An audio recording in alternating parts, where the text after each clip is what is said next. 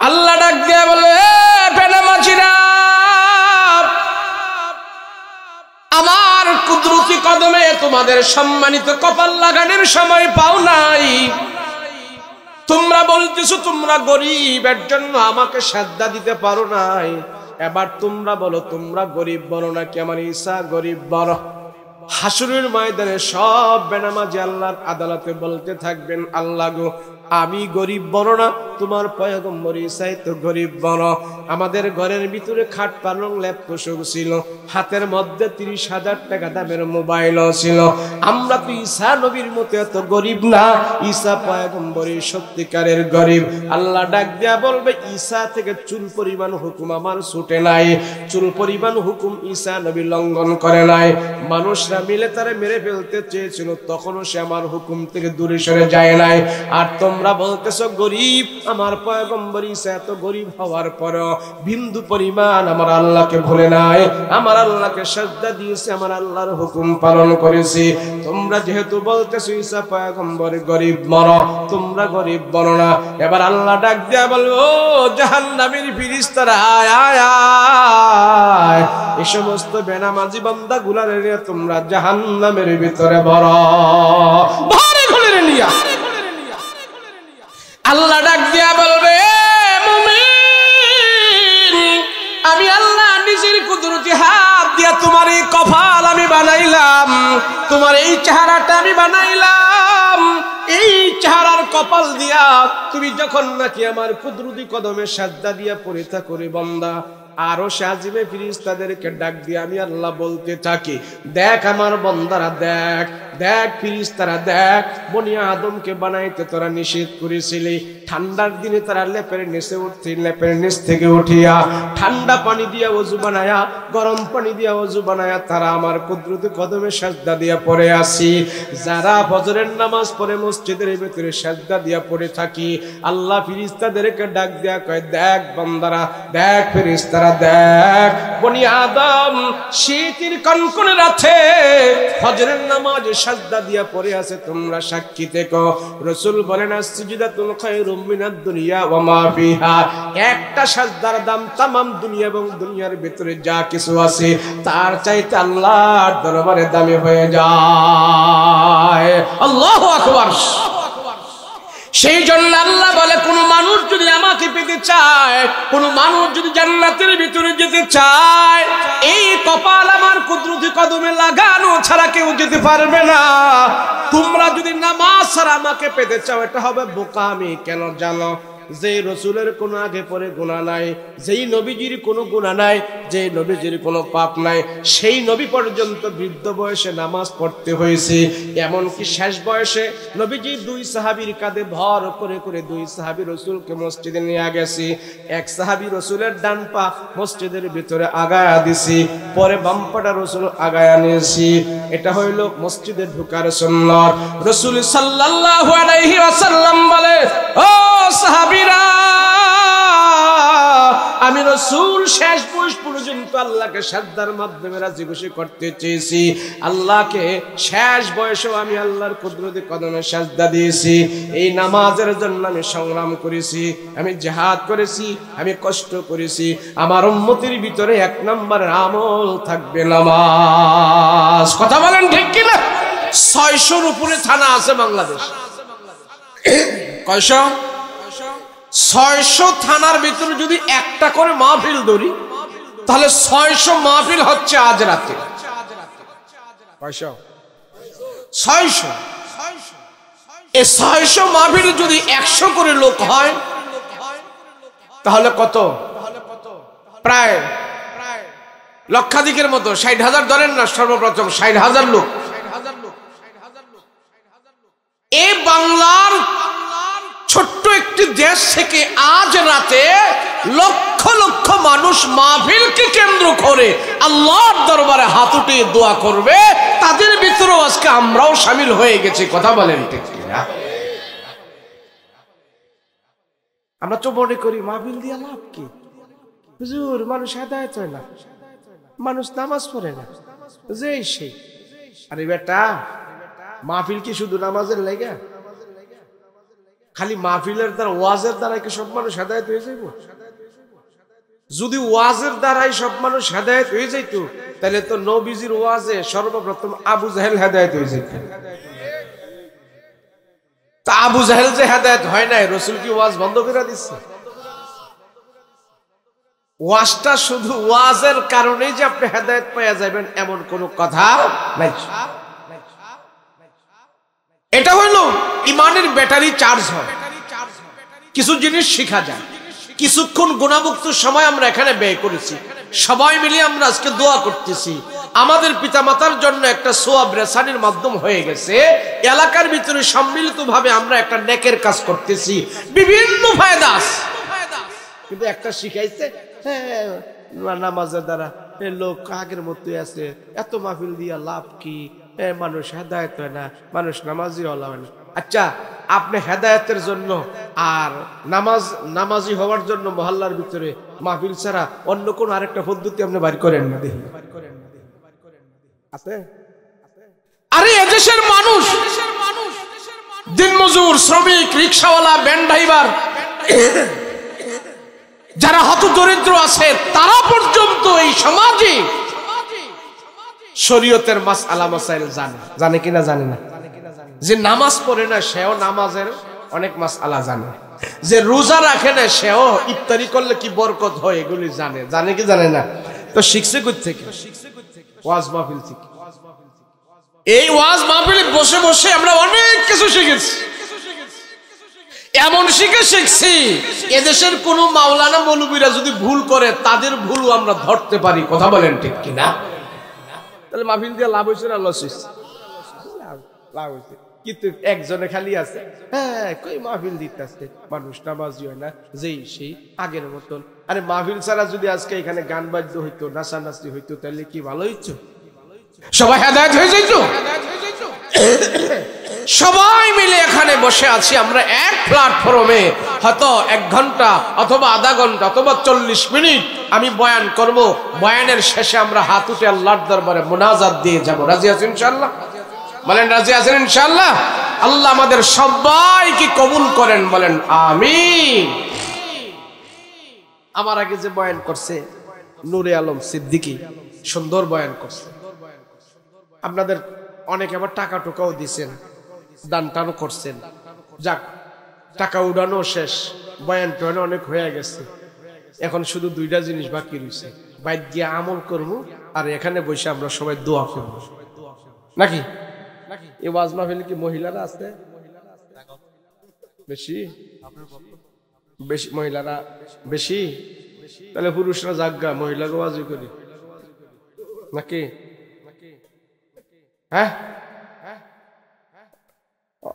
গতকাল আমার মাহফিল ছিল নীলফামারী, কিশোরগঞ্জ।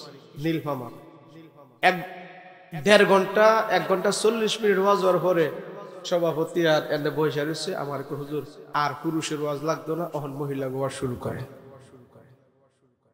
মহিলা ওয়াজ শুরু করেন। আমি আর কি কইলেন আপনারা? না, পুরুষের আর ওয়াজ লাগতো না, মহিলা ওয়াজ করেন। আমি তো এখন 1 ঘন্টা 40 মিনিট ওয়াজ করে সারছি, এখন আপনি চাইতেছেন আরো 1 ঘন্টা 40 মিনিট ওয়াজ করতাম, তাই নাকি? যাই হোক, আল্লাহ আমাদের নারী এবং পুরুষ সবাইকে যেন কবুল করে, বলেন আমিন। এই মুহূর্তে যদি কোনো একটা লোক এখানে আমরা মৃত্যুবরণ করি, এই মুহূর্তে আপনার ক্ষুদ্র ব্রেনে কি বলে এই লোকটার মরণ কি ভালো অবস্থায় হয়েছে নাকি খারাপ অবস্থায়? রাসূল সব সময় দোয়া করতেন, আল্লাহ আমার মরণটা আপনি ভালো অবস্থায় দিয়েন। কেমন ভালো? আমার মরণ আপনি শাহাদাতের মরণ দান করিয়েন। সুবহানাল্লাহ। আল্লাহুম্মা শাহাদাতান ফি সাবিলিল্লাহ। যে নবীজির আগে পরে কোনো গুনাহ নাই, বৃদ্ধকালে গুনাহ নাই, বয়স্ককালে গুনাহ নাই, মধ্যকালে গুনাহ নাই, বাল্যকালে গুনাহ নাই, শিশুকালে গুনাহ নাই, ওই রাসূল আল্লাহর দরবারে সব সময় দোয়া করেন, আল্লাহুম্মা শাহাদাতান ফি সাবিলিল্লাহ। আল্লাহ আপনি আমারে শাহাদাতের মরণ দিয়েন, শাহাদাতের মরণ দিন। এই দোয়া বারবার উম্মতকে নবীজি শিখাইছি। তোমরাও আল্লাহর কাছে বারবার দোয়া করবা যেন আল্লাহ তোমাদের মরণ শহীদি মরণ দেয়। শহীদি মরণ দিলে যেন কি হবে, মরতে দেরি হবে, আল্লাহর জান্নাতে যেতে দেরি হবে না। মুসলমান ভাইরা আমার, আল্লাহ কোরআনে হাকিমে বলে, বান্দা তোমার চলাফেরা দেখে আমি আশ্চর্য হয়ে যাই। আল্লাহ বলে, মানুষ তোমার জীবন নিয়ে তুমি যখন নাকি উদাসীন হয়ে থাকো আমি আশ্চর্য হয়ে যাই। আল্লাহ কয়, বান্দা তোমার হায়াত অল্প, তুমি দুর্বল, তুমি একদম কমজোর, তোমার তো দুনিয়াতে কিছুই ছিল না। কিন্তু যখন তুমি দুনিয়াতে জালিমি করো, জুলুম করো, অপরাধ করো, অন্যায় করো, আমি আল্লাহ আশ্চর্য হয়ে যাই। তোমার মতন একটা নাপাক ফোটার মানুষ যখন তুমি শক্ত মাংস শরীরে একটু মোটা হয়েছ, এখন তোমার শরীরের গরম দেখায়া তুমি আমার কাছে নাফরমানি করো, তুমি আমার কাছে জালিমি করো, আমি আল্লাহ তোমার জিনিসটা দেখে আমি আল্লাহ আশ্চর্য হয়ে যাই। আমি আপনি যখন কোনো একটা ভালো মানুষের খারাপ দেখি আমি আশ্চর্য হয়ে যাই। আমরা অনেক সময় বলতে থাকি, হাজী সাহেব এমন কাজটা কেমনে করলো, মৌলভী সাহেব এমন কাজটা কেমনে করলো, অমুক মুরব্বী পাকনা দাড়িওয়ালা মানুষটা এমন কাজ কেমনে করলো, তার কাজটা দেখে আমরা অনেক আশ্চর্য হয়ে যাই, দুঃখ প্রকাশ করি। আল্লাহ আমাদের আমল দেখে, আমাদের জুলুম দেখে, আমাদের অত্যাচার দেখে, আমাদের নাফরমানি দেখে আল্লাহ নিজে আশ্চর্য হয়ে যায়। সে আশ্চর্য হয়ে আল্লাহ তাআলা কোরআনে কারিমে বলতে থাকে, কাইফা তাকফুরুনা বিল্লাহ, বান্দা আমি আল্লাহ আশ্চর্য হয়ে গেছি, কাইফা কাইফা কাইফা, তুমি কেমনে আমার সাথে জালিমি করো, কেমনে আমার সাথে তুমি সীমা লঙ্ঘন করো।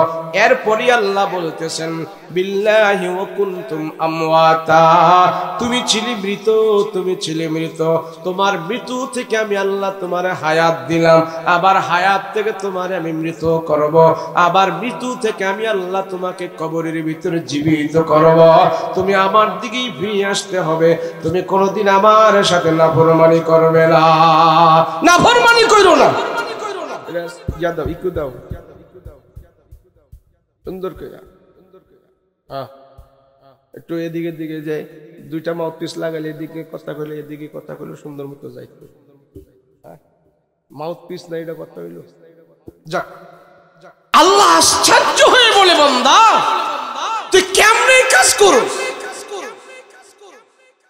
তুই কি নিজের নিজে ভুলে গেছস, তুই কই ছিলি এখন আসস কই, আবার যাবি কই, এই কথা ভুলে গেছ। সূরা বাকারার এই আয়াতে আল্লাহ ডাক দিয়া বলেন, কাইফা তাকফুরুনা বিল্লাহ, হে বান্দা আমি আল্লাহ তোমার নাফরমানি দেখে আশ্চর্য হয়ে যাই।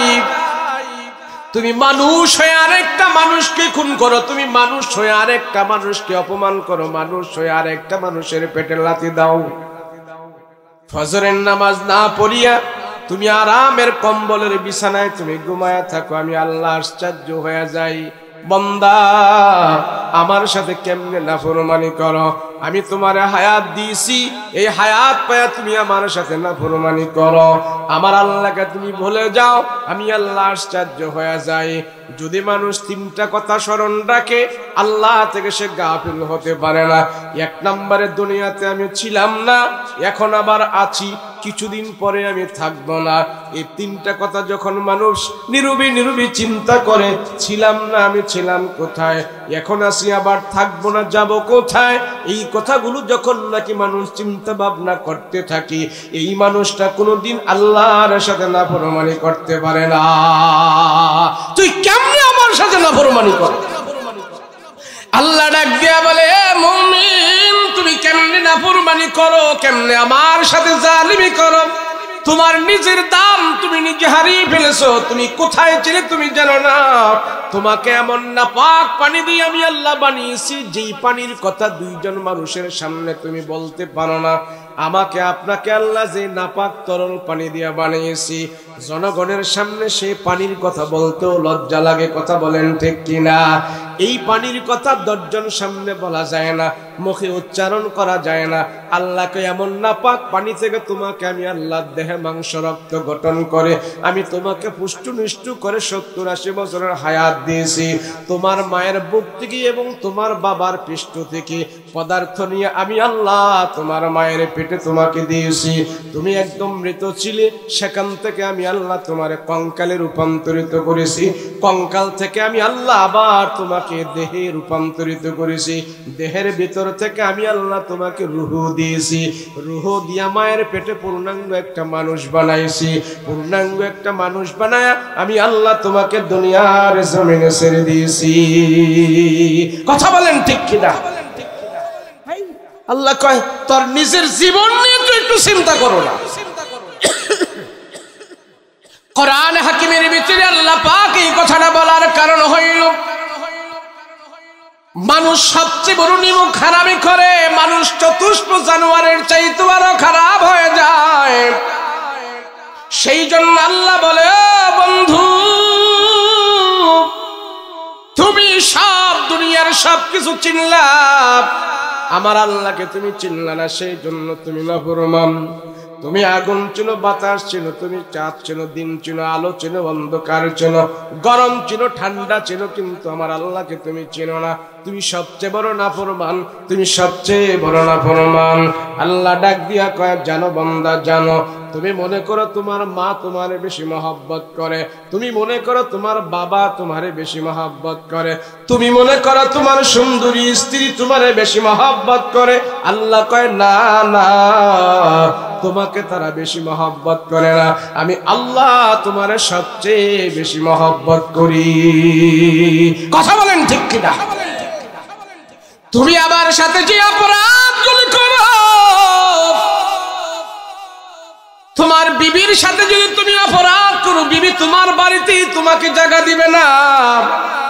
তোমার বাবার সাথে যদি অপরাধ করো, তোমার বাবা তোমাকে ঘর থেকে বের করে দিবে, ঘরের ভিতরে জায়গা দিবে না। কথা বলেন ঠিক কিনা? আল্লাহ কয় বান্দা তুমি আমার সাথে কত না ফরমানি করো, কিন্তু আমাকে চেনো না। তুমি জানো আমি আল্লাহ কত দয়া করে তোমারে বানিয়েছি, আমি আল্লাহ কত মায়া করে বানিয়েছি।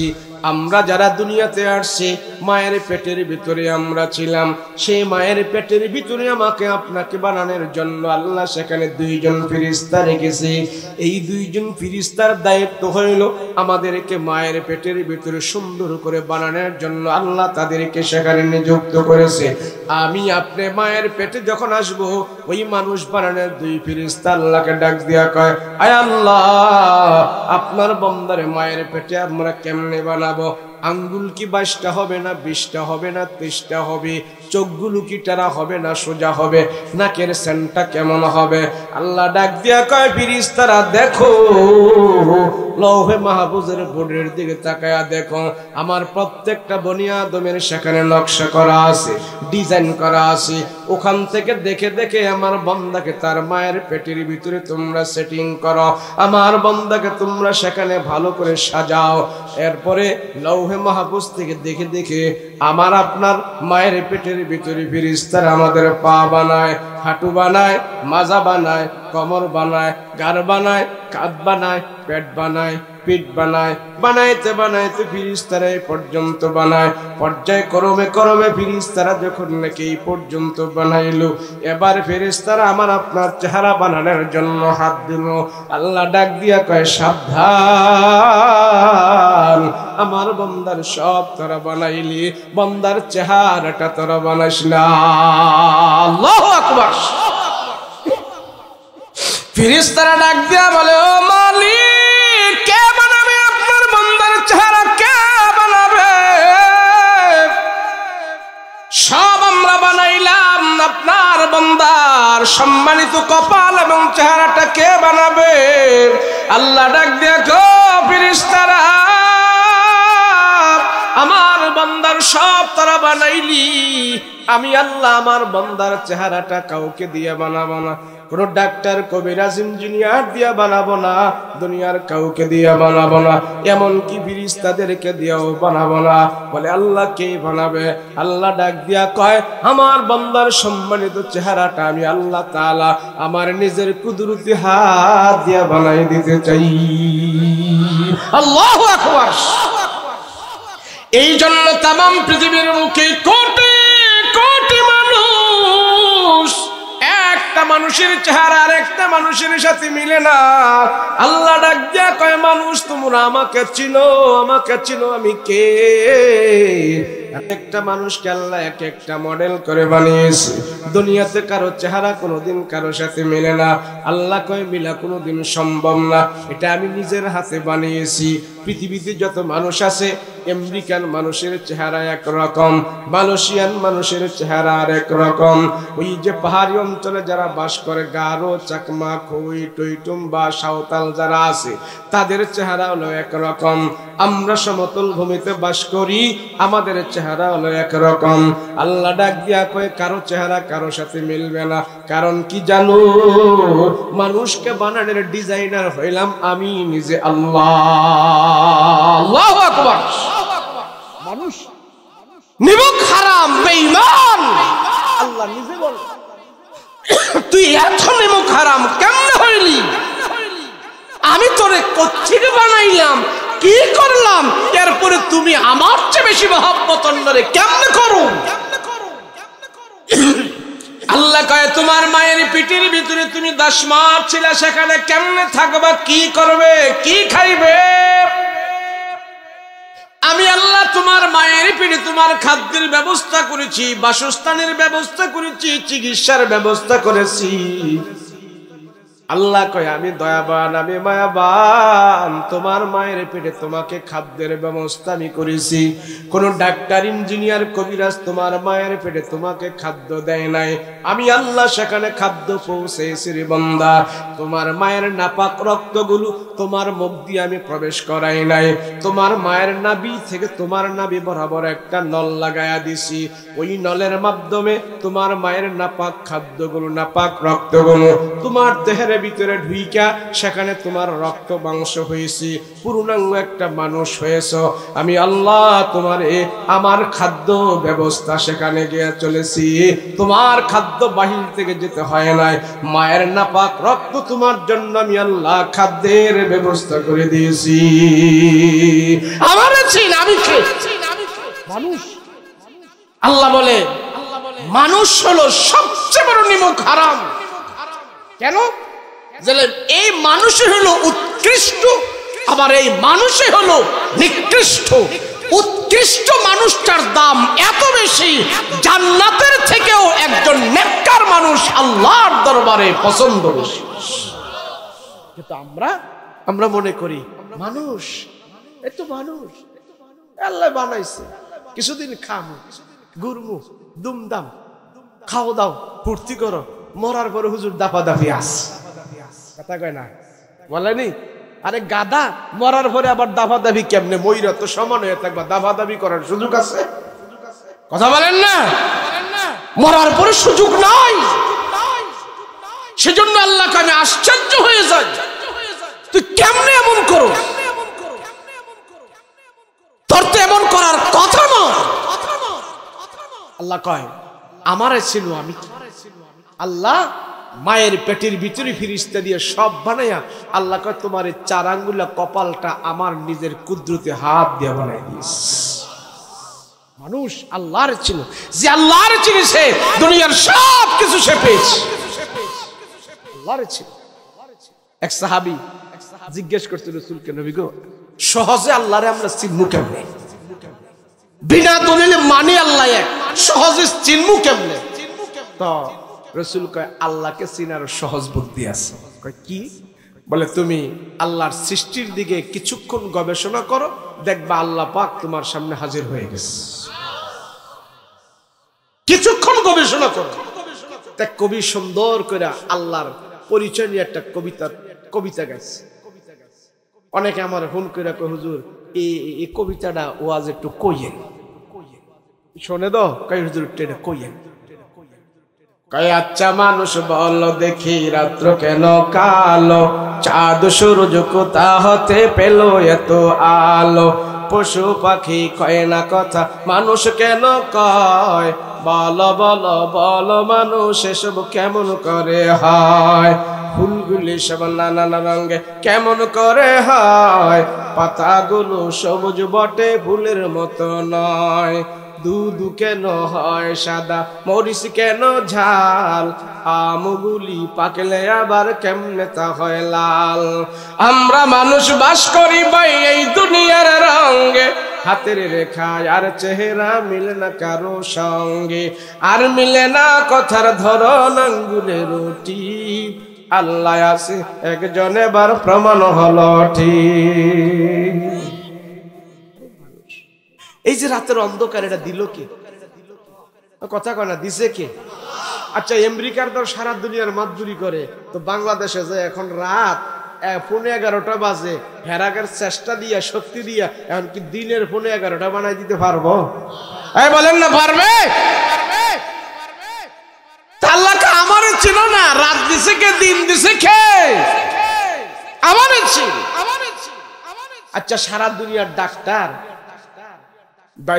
হেরা বার করছে কাঁচামরিচে ভিটামিন সি আছে কি আছে এই কথা কন না কি আছে আচ্ছা আর ডাক্তাররা যে খুঁজে বার করছে কাঁচামরিচে ভিটামিন সি আছে হেরা যদি আরেকটু গবেষণা করতো যে এই কাঁচামরিচে ভিটামিন সি ঢুকাইলো কে কথা কন না খালি যদি কইতো কে ঢুকাইছে কে কে করতে করতে তারাও আল্লাহরে ভয়া যাইতো কথা কন ঠিক কিনা কিন্তু খোঁজে না তো খোঁজে না এর জন্য আল্লাহরেও ভয় না কথা কন ঠিক কিনা আল্লাহকে চিনার জন্য এত কিছু লাগে না আমাদের দেশে কিছু উচ্চ শিক্ষিত আছে শিক্ষা করতে করতে করতে করতে এমন ডিগ্রি লইছে বেটা এখন চাকরি টাকরি কিছু হয় না কই এত ডিগ্রি লই আমি চাকরি হয় না খোদা কি করে আমার দেহে না তো গুরপাক খাইতে খাইতে এক পর্যায়ে বইলে ফেলে কই আল্লাহ টাল্লাহ নাই না থাকলে কি আর আমার এমন অবস্থা হইতো বিশাল বড় শিক্ষিতদের ভিতরে কিছু নাস্তিক আছে এরা বলে খুঁজে আল্লাহরে হয় না ঢাকা এক বেড়া রিক্সা চালা তো বেড়ায় 5 ওয়াক্ত নামাজ পড়ে মাথার টুপি টাপি লাগায় রাখে আল্লাহ বিল্লাহ করে তো রিক্সা যে চালাইতেছে এক প্যাসেঞ্জার আইসা রিক্সার মধ্যে বসছে বৈশা কায় আমার তালতলা নিয়ে যা তো রিক্সাওয়ালা তালতলা নিয়ে যাইতেছে তো রিক্সার প্যাসেঞ্জার রিক্সাওয়ালার জিজ্ঞাসা করে কিরে রিক্সাওয়ালা তোর যদি মোল্লা মোল্লা বাপ দেখা যায় কোথায় দাড়ি মাথায় টুপি গাড়ি গান পাঞ্জাবি কি কর কসার রিক্সা চালাই রিক্সায় চালাস না আর কি করস কয় নামাজ রোজা করি আল্লাহ বিল্লাহ করি কয়েক তো বরস স্যার 5 ওয়াক্ত পড়ি 5 ওয়াক্ত নামাজ পড়তে কয় মিনিট লাগে রে ধরেন না স্যার 15 মিনিট করে 5-15 75 হায় হায় হায় সর্বনাশ বেটা সারা জীবন তুই রিক্সাওয়ালাই থাকবি আর উন্নতি হতে পারতি না কয় 75 মিনিট নামাজে ব্যয় না কইরা এই 75 মিনিট যদি তুই রিক্সা চালাস তো আরো 200-300 টাকা ইনকাম বেশি করতে পারবি তো রিক্সাওয়ালাকে সারিটা কইলেন আমি মরতে হবে মরার পরে আল্লাহর সামনে আমি উঠতে হবে আমার এই চেহারা আল্লাহরে কেমনে দেখাবো নামাজ না পড়লে এনে পুরান দিনের কথা এখন এগুলা বলিস না আমরা অনেক শিক্ষা গ্রহণ করছি শিক্ষা গ্রহণ করে দেখছি মরার পরে কোনো হিসাব কিতাব নাই কত আল্লাহ আছে আমার হায়াত দিছে আল্লাহ আমার হিসাব নেবে আপনি কোন নাই আমি বাংলাদেশ ছেড়ে বাইরেও পড়ছি পড়াশোনা করে দেখছি আল্লাহ টাল্লাহ নাই এত আসতে নাউজুবিল্লাহ কে তো রিক্সাওয়ালা গাড় ঘুরাইয়া দেখছে যে না চেহারা সুরত ভালো না দাড়ি মোছ না এটা বুশের মতন দেখা যায় এটা বেশি জুইতেন না স্যার আপনি এটা করেন ঠিক আল্লাহ নাই বলে না তো আল্লাহ যদি না থাকে এই 7 আসমান 7 জমিন চলে কেমনে কোডিয়াম নেমনি চলে কেমনে চলে এমনি চলে রিক্সাওয়ালা ইমানদার তো তার মাথার ভিতরে আবার ইমানি বুদ্ধিও আছে রিস্কাওয়ালা রাখ, তুই কয়েক টাকার লেখাপড়া করছস, আজকে তোরে ছাড়বো, দেখবো পারস নি। রিস্কা করছে কি হ্যান্ডেল পেট্রোল না চাইতে এখন রাস্তার ধারে চুপ করে দাঁড়ায় রয়েছে গিয়া, এই মোবাইল নিয়ে খাড়ায় রয়েছে, কথা নাই বাতি নাই, শুধু দাঁড়ায় রয়েছে। আর রিস্কাওয়ালারে রিস্কার মধ্যে বসাই দিয়া ওর নিচে নেমে গেছে, যায় রাস্তার পাশে খাড়া রয়েছে, এই আন্দা গুন্দা কথাবার্তা কইতেছে। যখন একটু সময় হয়ে গেছে, এই প্যাসেঞ্জার কে কিরে তুই ওখানে গিয়ে দাঁড়ায় রয়েছিস, স্যার রিস্কা আর চালাইতাম না, বন্ধ করে দিছি আর চালাইতাম না। তুই আমার জায়গায় দিয়ে এরপরে তুই রিস্কা বন্ধ করতি, বন্ধ করলি কে? না স্যার রিস্কা চালাবো না, চালাইতে হবে। না চালাবো না, চালাবি না কে? চালাইতাম না, রিস্কা চালাবি বেটা, চালাইতি না। আমি চালাইতাম না, না না না করছি না, কারণটা কি চালাইতি না? আমি রিস্কা না চালালে কি হয়েছে? আপনারা একটু আগে কইছেন আল্লাহ টাল্লাহ নাই, 7 আসমান 7 জমিন নাকি এমনি এমনি চলে। দেখি আমার 3 চাক্কার রিস্কারও আমি চালাবো না, দেখি এমনি এমনি চলে। 3 চাক্কার রিস্কা যদি এমনি এমনি না চলে, তো 7 আসমান জমি কি এমনি এমনি চলে? এক কথা কন না, চলে না চালায়? আরে কেউ চালায় না চলে? চালায়, চালায়, সান্নাম কি আল্লাহ। এর জন্য রিস্কাওয়ালারে হ্যাঁ খয়রাত করতেছে, নসিহত শিখাইতেছে। যদি তুই 75 মিনিট রিস্কা না চালায়া, আরো যদি রিস্কা নামাজ না পড়ে যদি তুই রিস্কা চালাস, তাহলে তুই 200-300 টাকা ইনকাম বেশি করতে পারবি। নাউজুবিল্লাহ বলেন না। হালাল ইনকাম করতে যে কেউ যদি ফজরের নামাজ পড়ে মসজিদ থেকে বের হলো, সে হালাল ইনকাম শুরু করলো, চাই সে কৃষক হোক, চাই সে রিক্সাওয়ালা হোক, চাই সে দিনমজুর হোক, চাই সে ব্যবসায়ী হোক, চাই সে চাকরিজীবী হোক, এই ইনকামটা হালাল। ফজরের নামাজের পরে যোহরের নামাজের আগ পর্যন্ত যত হালাল ইনকাম করেছে, সব হালাল ইনকাম আল্লাহ পাক তার আমলনামায় ইবাদতে লিপ্ত করে দিয়েছে। আর এই গাদায় কয় তুই রিস্কা চালা, তুই রিস্কা চালানি বাদ দিয়া তুই নামাজ পড়স, আরো 200-300 টাকা ইনকাম বেশি করতে পারবি। আর আমাদের মাঝে কিছু রিক্সাওয়ালা ভাইও আছে, এরা এমন, আমরা যদি যাই দাওয়াত দেই ভাই একটু মসজিদে আহেন না, হুজুর আমরা গরিব মানুষ, নুন আনতে পান্তা পুরায়, ঘরের জিফুলা না খাইয়া থাকে, আমরাও কি আপনার মতো মসজিদে গিয়ে হইরা থাকলে চলে? কথা কন, কয় কিনা?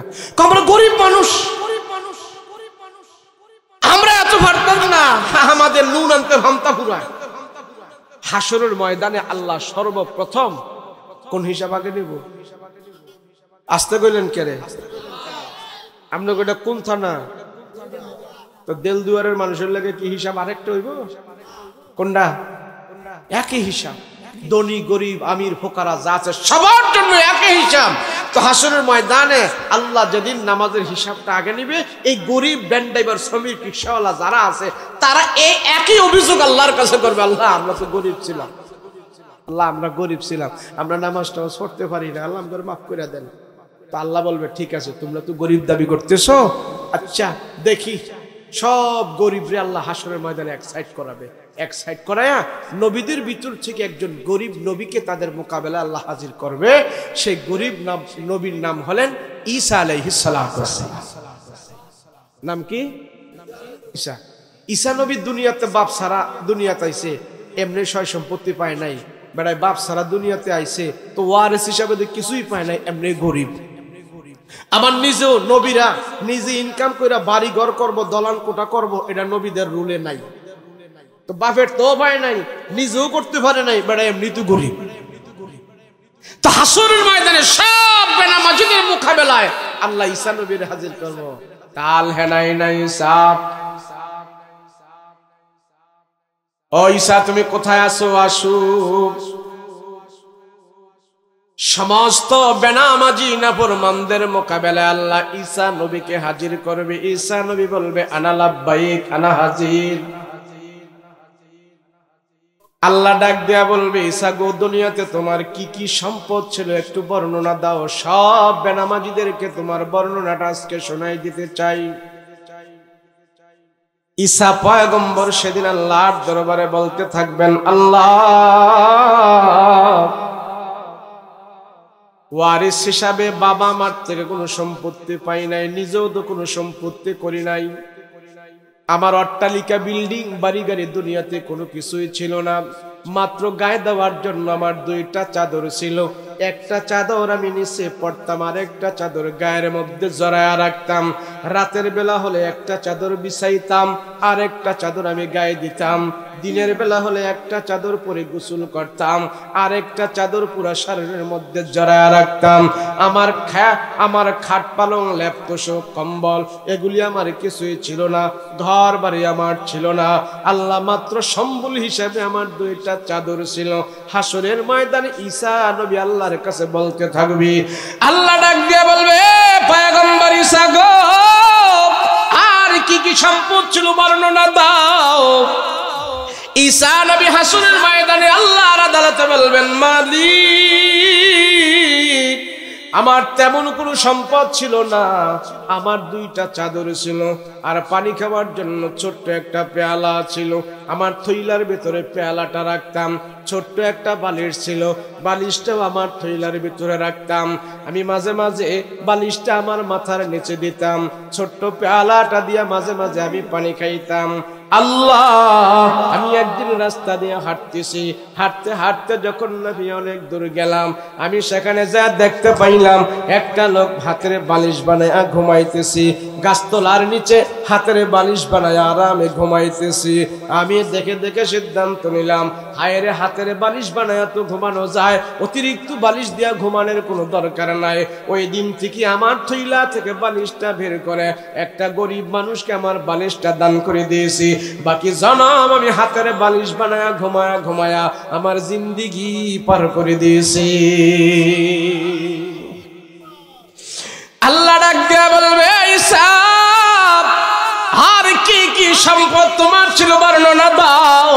আজকে বেনামাজি হাসুরবাসীদেরকে শোনায়া দাও। ঈসা পয়গম্বর বলবেন, আল্লাহ, আমার ছোট্ট পানি খাওয়ার একটা পেয়ালা ছিল, সেই পেয়ালাটা আমি একটা অসুস্থ মানুষকে দান করে দিয়েছি। আমি একদিন রাস্তা দিয়ে হাঁটতেছি, হাঁটতে হাঁটতে যখন নাকি আমি সামনের দিকে গেলাম, আমি সেখানে দেখলাম একটা লোক হাতে কোষ করে করে চুল্লু মেরে মেরে পানি খায়। আমি দেখে দেখে সিদ্ধান্ত নিলাম, হাইরি হাতে কোষ করে করে তো পানি খাওয়া যায়, অতিরিক্ত পেয়ালা দিয়া পানি খাওয়ার কোনো দরকার নাই। আল্লাহ, আমার পেয়ালাটা একটা গরিব মানুষকে দান করে দিয়েছি, বাকি জনম হাতের কোষ করে করে পানি খায়া আমার জিন্দিগি আমি কাটাই দিয়েছি। আল্লাহ ডাক দিয়ে বলে, বেনামাজিরা, আমার কুদরতি কদমে তোমাদের সম্মানিত কপাল লাগানোর সময় পাও নাই।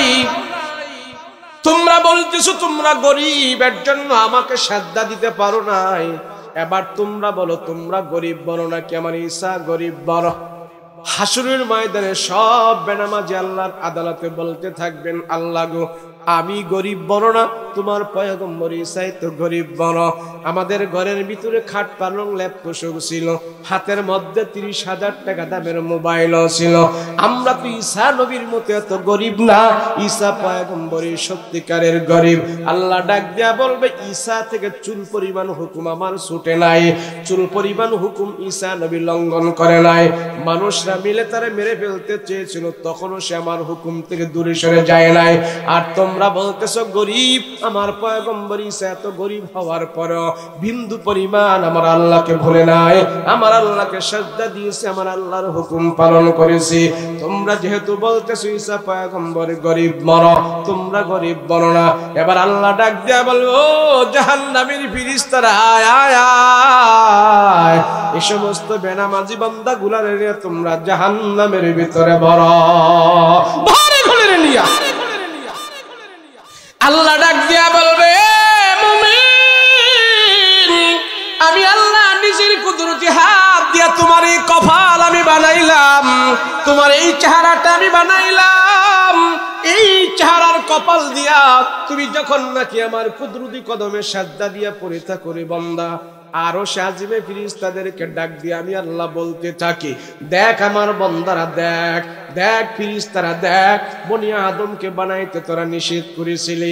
ঠান্ডার দিনে তারা লেপের নিচে উঠতে, লেপের নিচ থেকে উঠিয়া ঠান্ডা পানি দিয়া ওযু বানায়া, গরম পানি দিয়া ওযু বানায়া তারা আমার কুদরতি কদমে সাজদা দিয়া পড়ে আসি। যারা ফজরের নামাজ পড়ে মসজিদের ভিতরে সাজদা দিয়া পড়ে থাকি, আল্লাহ ফেরেশতাদেরকে ডাক দিয়া কয়, দেখ বান্দারা, দেখ ফেরেশতারা, দেখ বনি আদম শীতের কনকনে রাতে ফজরের নামাজে সাজদা দিয়া পড়ে আছে, তোমরা সাক্ষী থেকো। রাসূল বলেন, আসজিদাতুল খায়রুম মিনাদ দুনিয়া ওয়া মা ফিহা, একটা সাজদার দাম तमाम দুনিয়া এবং দুনিয়ার ভিতরে যা কিছু আছে তার চাইতে আল্লাহর দরবারে দামি হয়ে যায়। আল্লাহু আকবার। সেই জন্য আল্লাহ বলে, কোন মানুষ যদি আমাকে পেতে চায়, কোন মানুষ যদি জান্নাতের ভিতরে যেতে চায়, এই কপাল আমার কুদরতি কদমে লাগানো ছাড়া কেউ যেতে পারবে না। তোমরা যদি নামাজ ছাড়া আমাকে পেতে চাও, এটা হবে বোকামি। কেন জানো? যে রসুলের কোনো আগে পরে গুনাহ নাই, যেই নবীজির কোনো গুনাহ নাই, যে নবীজির কোনো পাপ নাই, সেই নবী পর্যন্ত বৃদ্ধ বয়সে নামাজ পড়তে হয়েছে। এমনকি শেষ বয়সে নবীজি দুই সাহাবীর কাঁধে ভর করে করে দুই সাহাবী রসুলকে মসজিদে নিয়ে গেছে। এক সাহাবী রসুলের ডান পা মসজিদের ভিতরে আগায়া দিছি, পরে বাম পাটা রসুল আগায়া নিয়েছি। এটা হইল মসজিদে ঢোকার সুন্নাত। রসুল সাল্লাল্লাহু আলাইহি ওয়াসাল্লাম বলে, ও সাহাবীরা, আমি রাসূল শেষ বয়স পর্যন্ত আল্লাহকে সাজদার মাধ্যমে রাজি খুশি করতে চেয়েছি। আল্লাহকে শেষ বয়সেও আমি আল্লাহর কুদরতি কদমে সাজদা দিয়েছি। এই নামাজের জন্য আমি সংগ্রাম করেছি, আমি জিহাদ করেছি, আমি কষ্ট করেছি। আমার উম্মতের ভিতরে এক নম্বরের আমল থাকবে নামাজ। কথা বলেন ঠিক কি না? নামাজের কথা কইলে কয় হুজুর এত কইরা কি পারো, এত কইরা কি পারো? আর মনে হয় যে এটা একবারে নরমাল একটা ইবাদত। হুজুর আমরা ঘুষ খাই না, সুদ খাই না, কারো কাঁচা আইলো ভাড়া দেই না, আমরা কারোর গালিগালাজ করি না, পরের হক মারি না, খালি একটু নামাজ জানা করি না, এর জন্য এত ধুয়ালান কেরে আম করে আছে না? না না, আবার বুকে থাপা দা কয় আমগো কি ইমান নাই। হ্যাঁ, মনে করছে বুকে থাপা দিলে যে আওয়াজটা হয় এটার নাম মনে হয় ইমান। রসুল কয়, আরে বেটা, তোর নামাজ নাই, তোর ইমান নাই, তো নাই, তুই মুসলমানই না। কথা কোন ঠিক কিনা? এর জন্য এই সম্মানিত কপাল বানাইছেন কে? এই জোরে বলেন না কে? আল্লাহ। আল্লাহ কয়, বান্দা আমি আশ্চর্য হয়েছি, আমি আশ্চর্য হয়ে যাই, তুই কেমনে পড়ে থাক। দেখেন না অসুবিধা হইতেছে? অনেক কিছু কভার আছে, ডাইনে বামে সামনে পিছনে, হাসাইনা কথা, এই কথা সেই কথা, বহুত কিছু আছে। মিলাইয়া সিলাইয়া 2 ঘন্টার ওয়াজ আছে। আমি যদি এদিক এদিক যাই, আমার সেই কথাগুলো দরকারি কথা সেগুলি আর হবে না। আমি সব বাদ দিয়ে দরকারি কথাগুলো, আমলের কথাগুলো বলে আমি আমার সময়টা কাটাইতে চাই। রাজি আছেন? রাজি আছেন নি? আরে যত বড় বক্তা, যত বড় আলেম, যত বড় ধার্মিক, যত বড় দার্শনিক, যদি তার 1 নম্বরের আমল না থাকে, তার অন্য কোন আমলের গ্রহণযোগ্যতা আল্লাহর কাছে নেই। 1 নম্বরের আমল হলো রাসূল। যে রাসূল পর্যন্ত এই কপাল লাগায় আল্লাহর খুশি করতে হয়েছে, তো তুমি আমি কি? সমাজে কোন এমন অনেক পীর আছে, নামাজ রোজা লাগবো না, আমারে মুরগা দিবি, আমারে গরু দিবি, উরুসের মধ্যে মহিষ দিবি, এটা দিবি হেডা দিবি, আমি রাক্ষসের লাহেন খামু, আর হাসরের ময়দানে তগরে ফারাইয়া তরাইয়া সরাইয়া ব্যস্ত লইয়া যাবো, নামাজ রোজা লাগবো না। এমন পীর আছে না? তো তুই পীর কই থেকে আইলি? যে রাসূল নামাজ ছাড়া থাকতে পারে নাই, তুই পীর আইলি কই থেকে? কথা কোন ঠিক কিনা? নবীজি নামাজ ছাড়া, আমরা তো 5 ওয়াক্ত, নবীজির নামাজ ছিলেন 6 ওয়াক্ত। কয় ওয়াক্ত? 6 ওয়াক্ত। 6 ওয়াক্ত কি? যেদিন থেকে রাসূলের উপরে তাহাজ্জুদের হুকুম হয়েছে, নবীজি তাহাজ্জুদের নামাজ ছাড়ে নাই। সুবহানাল্লাহ। আবার রাসূল মাঝে মাঝে এই তাহাজ্জুদের নামাজ একটু অফ দিস। কেন? নবী যেই কাজটা সব সময় সর্বদা করতে থাকে, সেই কাজটা আল্লাহ ভালোবাসা ফরজ করে দেয়। তো দেখছে রাসূল, দেখছে আমি যদি সর্বদা এটা করতে থাকি, আমার উম্মতের উপর যদি তাহাজ্জুদের নামাজ ফরজ হয়ে যায়, আমার তো উম্মতের অনেক কষ্ট হয়ে যাবে। সেজন্য আল্লাহ এই নামাজটাকে সুন্নত নফল বানায় দিস। নামাজ ছাড়া থাকা যাইব? বলেন থাকা যাইব? এর জন্য আল্লাহ আফসোস করে, হাই হাই বান্দা কাইফা তাকফুরুনা বিল্লাহ, আমি আশ্চর্য হয়ে যাই তুই কেমনে ঘুমায় থাকস। ফজরের নামাজে যেই মুসল্লি, জোহরের নামাজে কি সেই মুসল্লি? মা কথা কয় না। ফজরের নামাজে আর জোহরের নামাজে যেদিন এক হয়ে যাবে মুসল্লি, আল্লাহর পক্ষ থেকে ডাইরেক্ট সাহায্য মুসলমানদের জন্য চলে আসবে। ডাইরেক্ট রাসূল বলছেন, ফজরের নামাজ পড়ে আমার যে উম্মত মসজিদ থেকে বের হইল, সেই ইসলামের পতাকা নিয়ে মসজিদ থেকে বের হইল। এই পতাকা আমরা কয়জনের লই? কয়জনের লই? আমরা তো ওই যে পুরান ঢাকায় থাকি, পুরান ঢাকা মানে জসকোটের এখানে আমি 11 বছর ধরে নামাজ পড়াই। তো দেখি শীতের দিনে প্রচন্ড শীত যখন নামে, অনেক মুসল্লি মসজিদে পাই না। কিরে তোরে দি দেখি গরমের মধ্যে এসিটার নিচে আইসা দাঁড়াস, ফ্যানটার নিচে আইসা দাঁড়াস, তুই শীতের দিনে পাই না কে তোরে? এই ওস্তাদ জি, যে শীত নামছে ওস্তাদ জি, ঠান্ডা বি পানি অজুবি করবার পারি না, কেমনে মসজিদে আসি? ঢাকায় তো ওস্তাদ জি সিটি যায় লোক আহুম নি, সিটি যায় লোক আহুম নি। আমি কারে গাদা কস কি? ঠান্ডা পানির জন্য তুই যদি হাত না লাগাইতে পারস, তুই সত্যি করে কবি পায়খানা বসরাপ করে কেমনে পানি লস? হ্যাঁ হাই রে মানুষ। সাহাবীরা জিজ্ঞেস করছে, ইয়া রাসূলুল্লাহ, হাসরের ময়দানে সব নবীর উম্মত থাকবে, সব নবীর উম্মত থাকবে, এত উম্মতের ভিতর থেকে আপনার উম্মতরে ওইখান থেকে কেমনে চিনবেন গো নবী? তো রাসূলকে আমার উম্মতরে চিনার জন্য আল্লাহ একটা মেডিসিন পদ্ধতি দিয়েছে। কি সে পদ্ধতি? হলো আমার উম্মত যখন নাকি ওযু করে, এই ওযু করাটারে অন্য উম্মতের উপরে আল্লাহ ফরজ করে দেয় নাই, আমার উম্মতরে ফরজ করে দিছে। আর ফরজ করে দেওয়ার কারণে নামাজের আগে, কোরআন তেলাওয়াতের আগে যে উম্মতেরা যে ওযু করে, বুখারী শরীফের ভিতরে হাদিসটা আছে, গুররান মুহাজ্জালিন মিন আসারিল ওযু, এই ওযুর অঙ্গ প্রত্যঙ্গগুলো হাসরের ময়দানে নূরের লাইট হয়ে জ্বলতে থাকবে, আমি রাসূল চিনে চিনে সুপারিশ করে জান্নাতে নিয়ে যাব। তবে এটা নামাজি পড়ে না, রাসূল তারে চিনব কই থেকে? কথা কোন ঠিক কিনা? যে অজুর ভয়ে মসজিদে আসতে পারে না, যার ঈমান এতটুকু তাজা না, অজু করায় তারে মসজিদে, যার ঈমানে মসজিদে আনে না, এই ব্যক্তিটা এই ঈমান দিয়ে কেমনে জান্নাতে যাবে আমার বুঝে ধরে। আপনার ঈমান মসজিদে আপনারে আনে না, আপনার ঈমান আপনার হারাম থেকে বাঁচায় না, আপনার ঈমান আপনাকে জাহালাত থেকে বাঁচায় না, আল্লাহর নাফরমানি থেকে বাঁচায় না, এই ঈমান জাহান্নামের আগুন থেকে বাঁচাবে না। কথা বলো ঠিক? সেজন্য আল্লাহ পাক রব্বুল আলামিন ডাক দিয়া বলে, বান্দা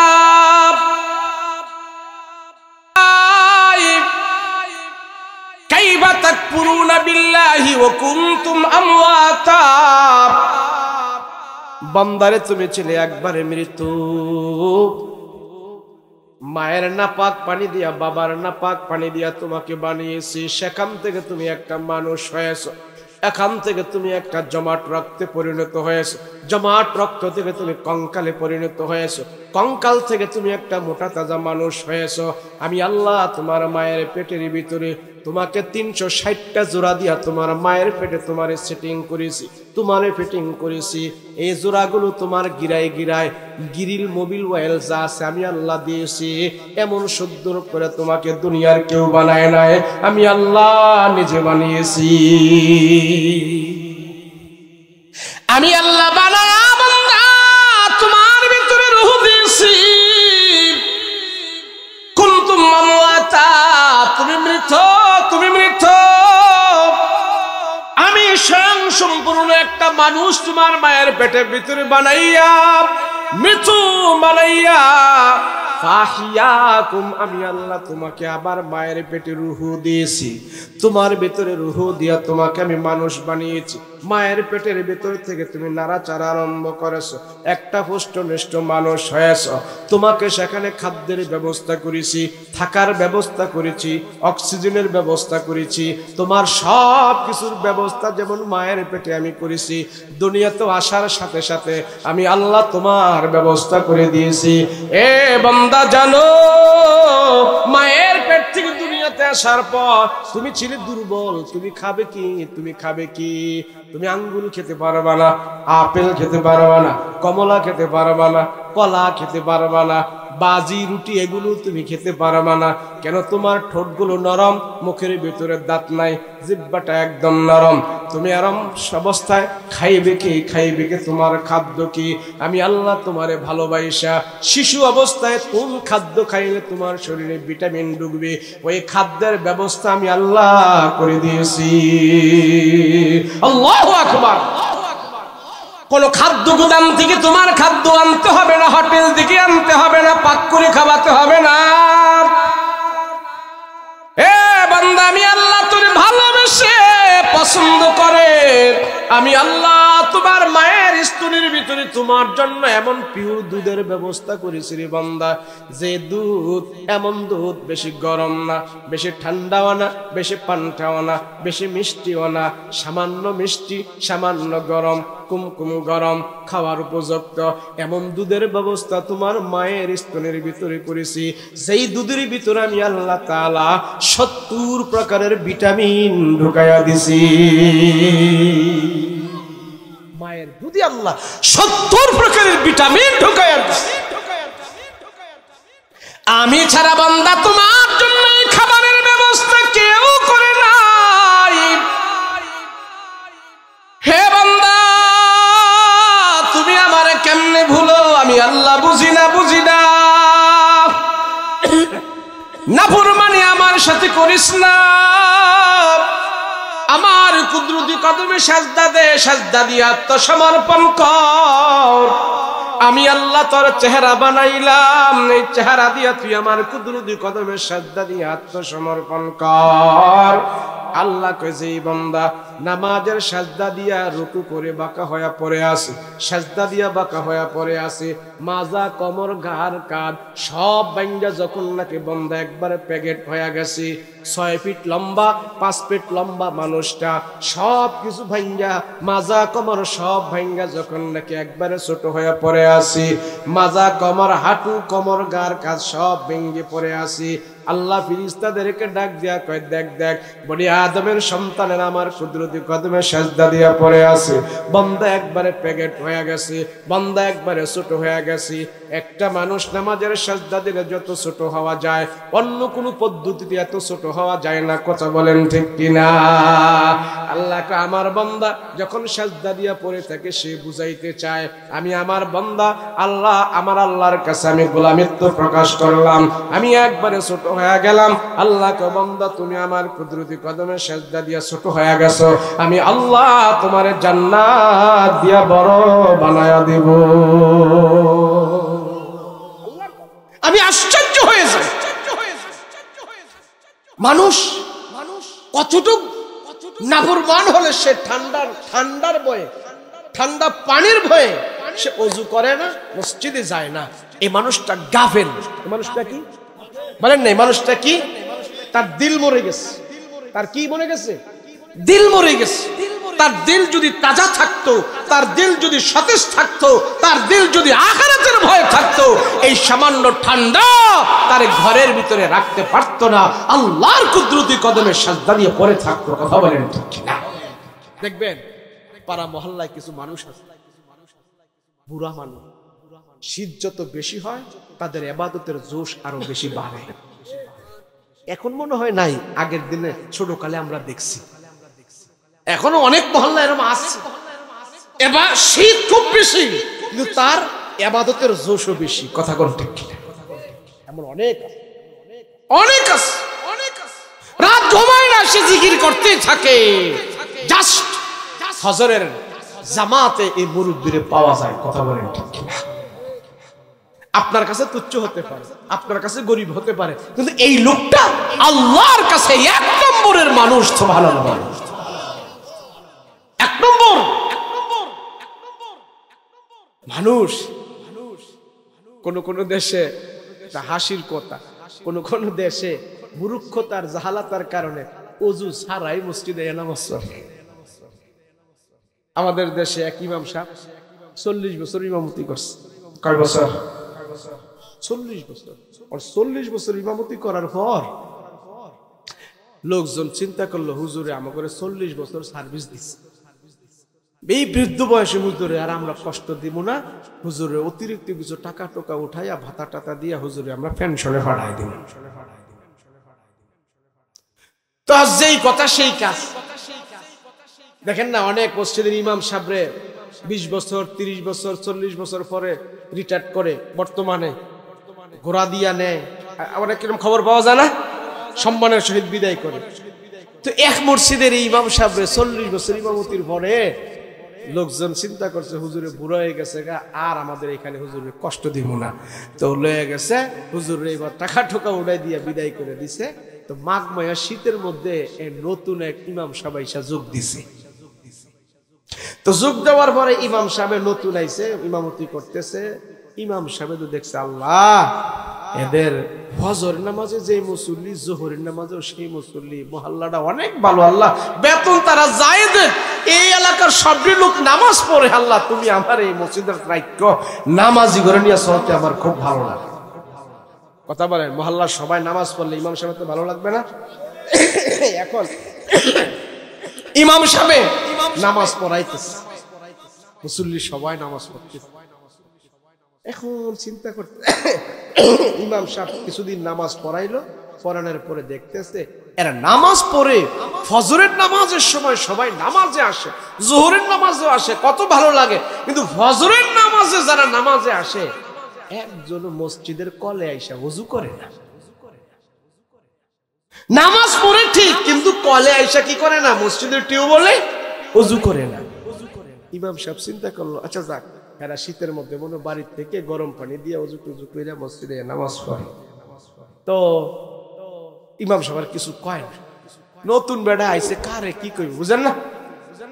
পরে কিছুদিন যাওয়ার পরে ইমাম সাহেব দেখলো তাদের চেহারা সুরতের দিকে তাকায়, দেখে না, এরা চেহারা সুরতে বোঝা যায় এরা বাড়িতে ওযু করে না, ঘুমেতে উঠতে উঠতে যে মসজিদে আয় ভরতেছে, এটা চেহারায় বোঝা যায়। ইমাম সাহেব 100% শিওর হইল যে এরা ওযু করে। এখন ইমাম সাহেব চিন্তা করতেছে, হায় হায়, ওযু ছাড়া যদি সেজদা দেয় তো একটা কবিরা গুনাহ হয়ে যাইব, ওযু ছাড়া কেমনে নামাজ? ইমাম সাহেব কারে জিগাই, নতুন আইছে, কে কেমন বুঝি না, মেজাজটা যাস। ইমাম সাহেব একদিন সাহস কইরা, যে খুন না বুড়া মোতাওয়াল্লি ছিল, মোতাওয়াল্লি জিজ্ঞেস করছে, মোতাওয়াল্লি সাহেব, এই যে আপনার ফজরের নামাজ পড়ে নিলাম, মাশাআল্লাহ অনেক ভালো লাগে, তো মসজিদের কলে আইসা দি কি ওযু করেন না? বাড়ির থেকে ওযু করে আহেন। এক মাস হয়েছে না আপনি আমাকে এখানে ইমামতি করতেছেন, আপনি আইসাই শীতের দিনে ওযু ওযু শুরু করছেন। আমগো ইমাম সাহেব 40 বছর থেকে গেছে বড় হুজুর, শীতের দিন আইলাম করে একদিনও ওযুর কথা কইছেন, আর আপনি আইয়ে ওযু ওযু শুরু করছেন। আমরা শীতের দিন আইলে ওযু করি না, হেতে তো মাথায় হাত দিয়ে লেছে, আল্লাহ এটা কয় কি, ওযু ছাড়া সেজদা দিলে না কবিরা গুনাহ। আই আপনি কো বড় হুজুর এই কথা কইছে, হ্যাঁ বড় হুজুর আমগো ফতোয়া দিয়ে গেছে। এই ইমাম সাহেব করছে কি, দৌড়ে আস্তে আস্তে করে দৌড়তে দৌড়তে হে পুরান ইমাম সাহেবের বাড়িতে গেছে, যায় কয়, আসসালামু আলাইকুম ইমাম সাহেব। হুজুর কয় আমি আপনার সাবেক মসজিদের নতুন ইমাম। কয় ভাই আহেন আহেন করে ভিতরে আসেন। কয় না, যেই কাম করে আইছেন আপনি করে যেতাম না। কয় কি? কয় আপনি নাকি ফতোয়া দিয়েছেন আপনার মসজিদে, আপনার এলাকায় শীতের দিন আইলে নাকি হারা ওযু লাগতো না, এমনি মসজিদে নামাজ পড়ানোর লাগে, এই ফতোয়া কি আপনি দিছেন? কলে হর ভাই আমি তো এই ফতোয়া দিছি। কেমনে আপনি এই ফতোয়া দিলেন, হাদিস কোরআন বিরোধী ফতোয়া? কয় বাইরে আমি বিপদ হইরা দিছি বলছি। কয় কি বিপদ? কয় লোকটি এমন খারাপের খারাপ। কি খারাপ? যখন শীতের দিনে তাদেরকে কইতাম মসজিদে আইতো, একটাও মসজিদে আইতো না, খালি অজুর ভয়ে। অজুর ভয়ে হেরা নাকি ঠান্ডা পানি দিয়া অজু করতো না, হ্যাঁ গুনাহ হইলে হইব। ফজরের নামাজের সময় আমি আজান দিতে উঠতাম, মসজিদের ফাঁসি এত বড় গোরস্থান ভাই, একা একা উঠতে আমার ভয় লাগে। মাঝে মাঝে নিজে আজান দিই, কয়দিন আর একা একা উড়ন যায়। মাঝে মাঝে নিজে কোন রকম আজান টাজান দিয়ে আর নিজে নামাজ টামাজ করে শুয়ে থাকতাম। আর এইভাবে কয়দিন চলে। তো পরে আমরা কি করতাম, নিজের নামাজ তো পড়ানো লাগবে। তো মসজিদে কোনো মুসল্লি যদি শীতের দিনে না আমার নামাজও না হইরে আমি শুয়ে থাকি, করবোটা কি? পরে আমি চিন্তা করলাম, যোগ বিয়োগ করে যে না, এই কুইরাডি যখন নাকি শীতের দিনে মসজিদে আয় না, এদের ওযু ছাড়াই মসজিদে আনাই। তো আমি ফতুয়া দিয়ে দিছি, রে ভাই তো ওযু লাগতো না, তোরা মসজিদে আয়। বাইরে আমি হ্যাঁ করে মসজিদে আনছি, তুই বুঝাইয়া সুজাইয়া একরে ওযু শিখাইয়া নামাজ পড়া এলো। আর আল্লাহর কাছে আমি তওবা তিল্লা কইরা আল্লাহর কাছে মাফ চাই। আমি আমার আর এটার লেগে জিজ্ঞেস দা, শীতের দিন আসলে এমন কুইরা পাওয়া যায়নি। আপনাদের দেশে কি কয়, কুইরা কয়নি? তা আমাকে কুমিল্লার লোকে মিল আছে, কুইরা অলস আইলসা কয়। কি কয়? হ্যাঁ কি কি কোনটা কি কয় না কয়?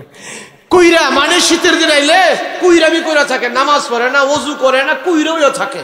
আছে না নাই? যে অলস কুইরা হয়, রাসূল বলছেন নবীজির সাহাবীদের ভিতরে কোন সাহাবী অলস ছিল না, কোন নবী পৃথিবীতে কুইরা অলস ছিল না। যারা দুনিয়া কামাইবে, আখিরাত কামাইবে, কুইরা অলস হইলে সে দুনিয়া তো হারাইবে, আখিরাতও তো হারাইবে। কুইরা বুঝেন? ছোটকালে এক কিচ্ছা করছিলাম, কথা বাইরে যেতেছে, আপনাকে অসুবিধা নিতেছে। দুই ফকির, আরে ইচ্ছা করেন না, দুই ফকির রাস্তার মধ্যে সারাদিন ভিক্ষা করে শুয়ে রইছে। তো বিকাল বেলা এক ভদ্রলোক অফিস করে বাসায় কলা নিয়ে যাইতেছে। তো এক ফকির কো, স্যার আল্লাহর রাস্তায় একটা কলা দেন না খাই। তো বেটার মায়া হয়েছে, একটা কলা একটা ছিঁড়ে এনে দিছে। তো ফকির কে, স্যার কলা যখন দিছিল আর একটু উপকার করেন না। কই কি? কই কলাটা সোলাইয়া দেন না। তো বেচারা চিন্তা করতেছে, সোয়া বেটা বাকি রেখে লাভ কি, সোলাইয়া দে। তো দিছে সোলাইয়া, নেই আর একটু উপকার করেন না। কই কি? তা করছে, একটু ঢুকাইয়া দেন না মুখের ভিতরে। তো বেটা চিন্তা করে, তো এইটার বাদরে কেরাপ কি, দে মুখের ভিতরে ঢুকাইয়া। দুই ফকির তো একটা কলা খাইছে আমরা। তো দূরে এক পুলিশে দেখছে এই দৃশ্য। পুলিশে দেখতে, তো ফকির সারা রাত শীতের মধ্যে ডিউটি করে কেউ 10টা টাকা দেয় না, তোরে বেটা কলা দিল সোলাইয়া মুখের ভিতরে ঢুকাইয়া রাখাইতাছি। পুলিশ আয়া দেয় এমন ভিড়া শুরু করছে। তো ফাঁসের হেডে কো, স্যার হেরে ভালো করে ভিড়া দেন, হেরে ভালো করে ফিনান্স। কি হয়েছে? বড় অলস ফিনান্স। তো পুলিশে কয়, হ্যাঁ রে ভিড়াইলে এক ফকিরে ভিড়াই করলে হ্যাঁ আরো বাধা না দেওয়ার কথা, হ্যাঁ দিয়ে আরো খুশি। কি রে হ্যাঁ রে ভিড়াইলে তুই খুশি হসকে? স্যার হ্যাঁ বড় অলস।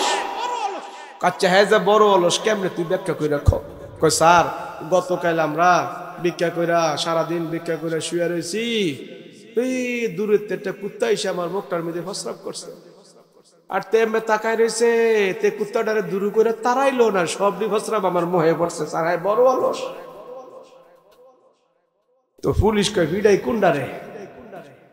তার মুখ কুত্তায় প্রস্রাব করে, হ্যাঁ তারাই না, হ্যাঁ দেখছে দেখে এবারে বড় অলস। এবার পুলিশ হেডারে তুই হেডারে ভিড়া শুরু করছিস। রাসূল বলেন, যারা ইবাদতে অলস হবে, যারা আখিরাতের বেলায় অলস হবে, এরা দুনিয়াও হারাবে, আখিরাতও হারাবে। নবীর কোন সাহাবী, কোন নবী দুনিয়াতে অলস ছিল না। কথা বলেন ঠিক কিনা? এর জন্য অলস হওয়া যাবে না। কি হওয়া যাবে না? অলস হওয়া যাবে না। মা বোনেরা নামাজের বেলায় খুব অলস, রোজার বেলায় খুব সতেজ। কথা কোন ঠিক কিনা? খুব অলস, মা বোনেরা খুব অলস। এই আইলসামির কারণে জামাই শাশুড়ির ভিতরে, বউ শাশুড়ির ভিতরে কোনো মিল নাই, এবং স্বামী স্ত্রীর ভিতরে কোনো মিল নাই অলসের কারণে। স্বামী যদি একটা কথা কয়, কথাটা শুনছে ঠিক, কিন্তু এই কথাটা সাথে সাথে মানতো না। 1 ঘন্টা পরে গিয়ে করবো, কথা কয় না দি আছে না? না নাই এটা অলস্য না। আপনার স্বামী বলছে সাথে সাথে করেন না, পারলে কইরা দেন না, স্বামীর মন খুশি কইরা দেন, সমস্যা কি? কথা বলেন ঠিক কিনা? সারা দুনিয়াতে যত পুরুষ আছে সমস্ত পুরুষের অধীনে আল্লাহ পাক নারী জাতিকে করছে। কথা বলেন ঠিক কিনা? সারা দুনিয়ার পুরুষেরা যদি নারী জাতিদেরকে ইনকাম করে না খাওয়ায়, কোনো একজন নারী জাতিও তার নিজের ইচ্ছায় সে তার জিন্দেগি চালাইতে পারবে না। কথা বলেন ঠিক কিনা? আল্লাহ রসুল বলছেন, যদি কোন স্ত্রীকে আল্লাহ ছাড়া ইবাদত করার সুযোগ দিত, তাইলে সর্বপ্রথম বলবো তোমার স্বামীর পায়ে তুমি সাজদা দাও। কথা বলেন ঠিক কিনা? সাজদা দাও। একজন নারী যদি খারাপ হয়ে যায়, শেখ সাদি রহমতুল্লাহ আলাইহি বলেন তার খারাপটা এমন বিষাক্ত সাপের চাইতেও এই নারী আরো ভয়ঙ্কর হয়ে যায়। কেমনে? বলে সাপে যদি আপনারে ধ্বংসন করে, আপনার আমল যদি ভালো থাকে, আপনি বেহেশতে যেতে পারবেন। সাপে আপনারে কামড়াইল, সাপে আপনারে ধ্বংসন করলো, কিন্তু এই ধ্বংসনে আপনি মৃত্যুবরণ করলে, ঈমান আর আমল ভালো থাকলে আপনি বেহেশতে চলে যাবেন। কিন্তু নারী জাতি সে যদি আপনারে ধ্বংসন করে, আখিরাতও হারাইবেন, দুনিয়াও হারাইবেন, সাপের চাইতেও আরো বেশি বিষাক্ত মারাত্মক। কথা বলেন ঠিক কিনা? সেজন্য যাই হোক, আমি ওদিকে আর যাচ্ছি না। আপনাদের এলাকার মা বোনেরা আলহামদুলিল্লাহ এরা ভালো, সতেজ, সবাই ভালো, পর্দা বসিদা করবে এবং স্বামী স্ত্রীর সাথে মিল মোহব্বত থাকবে। কথা বলেন ঠিক কিনা? মিল মোহব্বত আসেনি? আছে? হ্যাঁ, সব জায়গায় একই, বাংলাদেশ সব একই, সব একই। এখন কি কিয়ামতের আগে রাসূল বলছেন সমস্ত পুরুষগুলো নারীর অধীনে চলে যাবে। কি যাবে? রাসূল বলছে কি? রাসূল বলছে সমস্ত পুরুষগুলো নারীর অধীনে চলে যাবে। নারীকে ছাড়া তারা কিছু বুঝবে না, নারীর কথা ছাড়া তারা দান করবে না, নারীর কথা ছাড়া ইবাদত করবে না, নারীর কথা ছাড়া তারা আখিরাতও কামাইবে না। আছে না? না, বউ কইছে দাড়ি রাখো না, তোমার বুড়া বুড়া লাগে, এটা সাইড চালাও। কথা কন। আর রাসূল কইছে রাখ। তাহলে এখানে কি আমার রাসূল বড় নাকি আমার বউ বড়? তা আমার বউরে তো আমি বড় মনে করছি। হ্যাঁ, আসলে মানুষ কিছু কিছু জিনিস বোকা বুঝে না। নারী বনের রাজা কি? বনের রাজা কি? থোতায় কি? কথা কন না, থোতায় কি? বনের রাজা সিংহ, থোতায় হলো দাড়ি। নারীর রাজা পুরুষ, যার জীবনে কামায় না দাড়ি। এত আর বেশি বাইঙ্গা ওয়াজ মাহফিলে কওয়া যাইব না। এটার ব্যাখ্যা বিশ্লেষণ বহুত আছে। আপনারা সায়েন্স মেডিকেল যারা একটু গবেষণা করেন তারা জাইনা নিয়েন। বনের রাজা সিংহ, থোতায় দাড়ি, নারীর রাজা পুরুষ, যার থোতায় দাড়ি। এর চেয়ে বাইঙ্গা বেশি বলা যাবে না। এর জন্য আমার সুন্দরী বিবির কথায় আমি রাসূলের কলিজা আঘাত দিতে পারি না। কথা বলেন ঠিক কিনা? এর জন্য কিছু কিছু পরিবেশের কারণে আমি যদি একবারে অপারগ হই, তারপরও সেই পরিবেশ ত্যাগ করে আস্তে আস্তে করে আমি রাসূলুল্লাহর সুন্নাত ইসলামের নিশানা নিয়ে যেন কবরে যেতে পারি, নিয়ত করব। রাজি আছেন ইনশাআল্লাহ? রাজি আছেন ইনশাআল্লাহ? আর যেই নারী আপনাকে নামাজের তাকিদ দেয় না, আপনাকে রাসূলের সুন্নতের তাকিদ দেয় না, আপনাকে আখিরাতের প্রতি ধাবিত করে না, মনে রাখবেন একদিন সে বিষাক্ত হয়ে আপনাকে সবল দিবে। তার সবলে দুনিয়াও হারাবে, আখিরাতও হারাবে। আমাদের সমাজে পুরুষদেরও কিছু একটা মতামত আছে যে আমার বউকে যদি একটা প্যাকেট করে লাই, একবারে পর্দা করে লাই, একবারে যদি আমার বউডারে যদি সব ঢেকা ঢুকে একবারে পর্দা ভূষিত করি, এটা কেমন জানি লাগে। পুরুষের কাছে খারাপ লাগে। কথা কোন ঠিক না? পুরুষের কাছে খারাপ লাগে, নারীর কাছে ভালো লাগে, কিন্তু কিছু কিছু পুরুষ আছে পুরুষের কাছে খারাপ লাগে। এর জন্য তার বউরে সে পর্দা করতে রাজি না। কহ তুই এত কিছু করে পারতাম না, কি কয় না? আরে গাদার গাদা, তুই লোকটা গাদা। যত দামি মাল তত ফ্যাগেট করা। কথা কোন ঠিক কি? দাম যত বেশি, এটার ফ্যাগেটের মূল্য তত বেশি। কথা কোন ঠিক না? তো আমার বউ যদি আমার কাছে দামি হয়, তো এটারও তো আমি ফ্যাগেট করতে হইব ভালো করে। কথা কোন ঠিক কিনা? এটা বেশি করে ফ্যাগেট করো। এই পর্দায় থাকলে কি নারীর দাম কমে? শেষ। পর্দা থাকলে কি নারীর দাম কমে? কথা কোন কমে বাড়ে? কেমনে বাড়ে জানেন? আপনারা এখানে কোন লোক আছেন সুন্দরবন গেছেন? গেছেন? ভিতরে ঢুকছেন নি? জানে হরিণ শিকারি করে, বাঘ শিকারি করে, হেনে যান নাই, এনে যাইতে দেয় না। এখানে র্যাবের অনুমোদন লাগে, এরপরে ভিতরে যাইতে হয়। যারা হরিণ শিকারি করতে যায় দেখবেন তারা এসে বলে, হুজুর আমরা গেছি, অনেক দূর থেকে হরিণ আমাদেরকে দেখছে, দেখার পরে চট করে ভিতরে চলে যায়, কাছে আসে না। আমরা দেখি রাস্তা দিয়ে ঘুরতেছে, যখন আমাদের নজর পড়ছে সাথে সাথে হরিণ জঙ্গলের ভিতরে চলে গেছে, হরিণ শিকারীর কাছে আসে না। কথা বলেন ঠিক কি না? তো হরিণ থাকে কোথায়? জঙ্গলে। কোথায় থাকে? সেই হরিণের ভিতরে হয় মৃগনাভি কস্তুরী। কি হয়? হরিণ জঙ্গলে থাকে, হরিণ বনের ভিতরে থাকে, সেই হরিণের দাম কমে না, সেই হরিণের ভিতরে মৃগনাভি কস্তুরী হয়, যে অল্প একটু কস্তুরীর দাম লক্ষ লক্ষ টাকা। কথা বলেন ঠিক না? যেই নারী বেগানা পুরুষের ভয়ে চট করে পর্দার ভিতরে চলে যাবে, বেগানা পুরুষের সামনে আসবে না, তার যৌবন জীবন দেহ বেগানা পুরুষকে দেখাবে না, আড়াল করে ফেলবে, ভিতরে চলে যাবে, পর্দা করবে, বোরকা করবে, পুরুষের সামনে আসবে না। এই যে আল্লাহর ভয়ে তোমার যৌবন জীবনটাকে পর্দা করেছো, আড়াল করেছো, আল্লাহ খুশি হইয়া তোমার ভিতরে মৃগনাভি কস্তুরী নয়, তোমার পেটের ভিতরে আল্লাহ নেককার সন্তান পয়দা করবে। কথা বলো।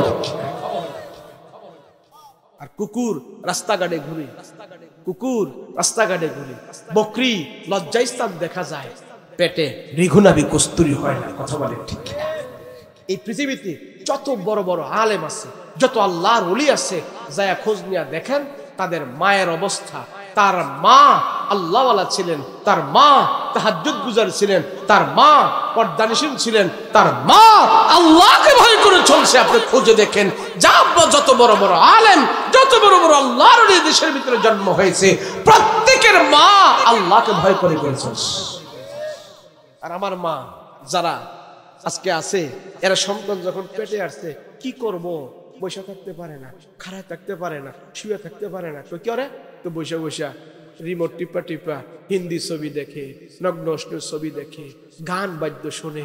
ওই গান বাদ্যের আসরগুলো পেটের সন্তানের ভিতরে ঢুকতে থাকে, আর এই সন্তান দুনিয়াতে এসে সন্ত্রাস হয়, এই সন্তান দুনিয়াতে এসে মা বাবারে কুবায়া কুবায়া হত্যা করে। কথা বলো ঠিক কিনা? রাসূল বলেন, কোন নারীর পেটের ভিতরে যদি সন্তান প্রবেশ করে, ওই মা যদি বুঝতে পারে আমার পেটের ভিতরে সন্তান আসছে, নবীজি বলে প্রত্যেক দিন যেন সেই মা সূরা ইয়াসিন তেলাওয়াত করে, সেই নারী সূরা ইয়াসিন তেলাওয়াত করি। নবীজি বলে যে নারী পেটের ভিতরে সন্তান নিয়ে প্রত্যেক দিন সূরা ইয়াসিন তেলাওয়াত করবে, সন্তান দুনিয়াতে আসবে, মার অত কষ্ট হবে না, মার এত ব্যথা যন্ত্রণা দিবে না। আমরা বহুত পরীক্ষিত আমল আমরা নিজেরা করেছি, স্বামী আর স্ত্রী আমরা নিজেরা করেছি। সন্তান পেটে আসার সাথে সাথে প্রত্যেক দিন সূরা ইয়াসিন তেলাওয়াত করেছি, একটা সন্তানেরও সিজার লাগে নাই, আল্লাহ সহজে দুনিয়াতে ডেলিভারি করাই দিয়েছি। অনেক আলেমরা প্রমাণ। আল্লাহর নবী রাহমাতুল লিল আলামিন বলে, মায়ের জাতি, নারী জাতি, তোমার পেটের ভিতরে সন্তান আসছে, তুমি বুঝতে পেরেছো? তখন থেকে যদি পবিত্র কোরআনে কারিমের একটা সূরা আছে, তার নাম হলো সূরা ইউসুফ। যদি কোনো মা সন্তান পেটে নিয়ে সূরা ইউসুফ প্রত্যেকদিন তেলাওয়াত করে, আল্লাহর রাসূল বলেন এই সন্তান দুনিয়াতে আসবে, মায়ের পেটের ভিতরে আল্লাহ তাআলা সন্তানের চেহারা সুন্দর করে দিবে, তার মাজা, কোমর, হাঁটু, চেহারা সবগুলো আল্লাহ সুন্দর করে দিবে। সূরা ইউসুফ তেলাওয়াতের বরকতে চেহারা, সন্তানের চেহারা আল্লাহ পাক সুন্দর করে দিবে, তার দেহ গঠন আল্লাহ মায়ের পেট থেকে সুন্দর করে দুনিয়াতে পাঠাবে। সূরা ইয়াসিন তেলাওয়াত করো, সূরা ইউসুফ তেলাওয়াত করো। আব্দুল কাদের জিলানী রাহমাতুল্লাহি আলাইহি নামাজের মধ্যে দাঁড়াইয়া এদিক সেদিক মন চলে যায়, নামাজের ভিতরে মন বসে না। নিজের কোনো দোষ খুঁজে পায় না, চিন্তা করতেছে কি ব্যাপার, নামাজে কেন আমার মন থাকে না। ছোট্ট বাচ্চা কিন্তু নামাজের ভিতরে মন থাকে না। আব্দুল কাদের জিলানী মারে যা জিজ্ঞেস করে, ওগো মা, আমার ইচ্ছা মতো তো আমার কোনো খেয়াল আসে না, আমি কোনো কবিরা গুনাহ করি না, আমি কোনো গুনাহ করি না, কিন্তু নামাজে দাঁড়াইলে আমার মন থাকে না কেন, কারণটা কি আমি বুঝতে পারি না। ও মা, তুমি একটু খেয়াল করে দেখো, আমাকে পেটে নেওয়ার সময় তোমার পেটের ভিতরে থাকা অবস্থায় মা গো তুমি কোনো কিছু করেছো কিনা, তুমি এদিক সেদিক করেছো কিনা দেখো। মা বলে, না না, আমার তো মনে পড়ে না, আমি কোনো গুনাহ করি নাই তোমাকে পেটে নিয়া, কোনো হারাম খাই নাই তোমাকে পেটে নিয়া, তোমাকে পেটে নিয়ে আমি কোনো গুনাহ করি নাই, আমার তেমন কোনো মনে পড়ে না। আব্দুল কাদের জিলানী রাহমাতুল্লাহি আলাইহি বলে, মা তুমি আবার স্মরণ করো, আমি তোমার পেটে যখন ছিলাম 10 মাসের কথা তুমি স্মরণ করো, মুরাকাবা করো, দেখো কোনো ভুল ধরা পড়ে কিনা। মা আবার চিন্তা করতেছে, মুরাকাবায় বসে গেল।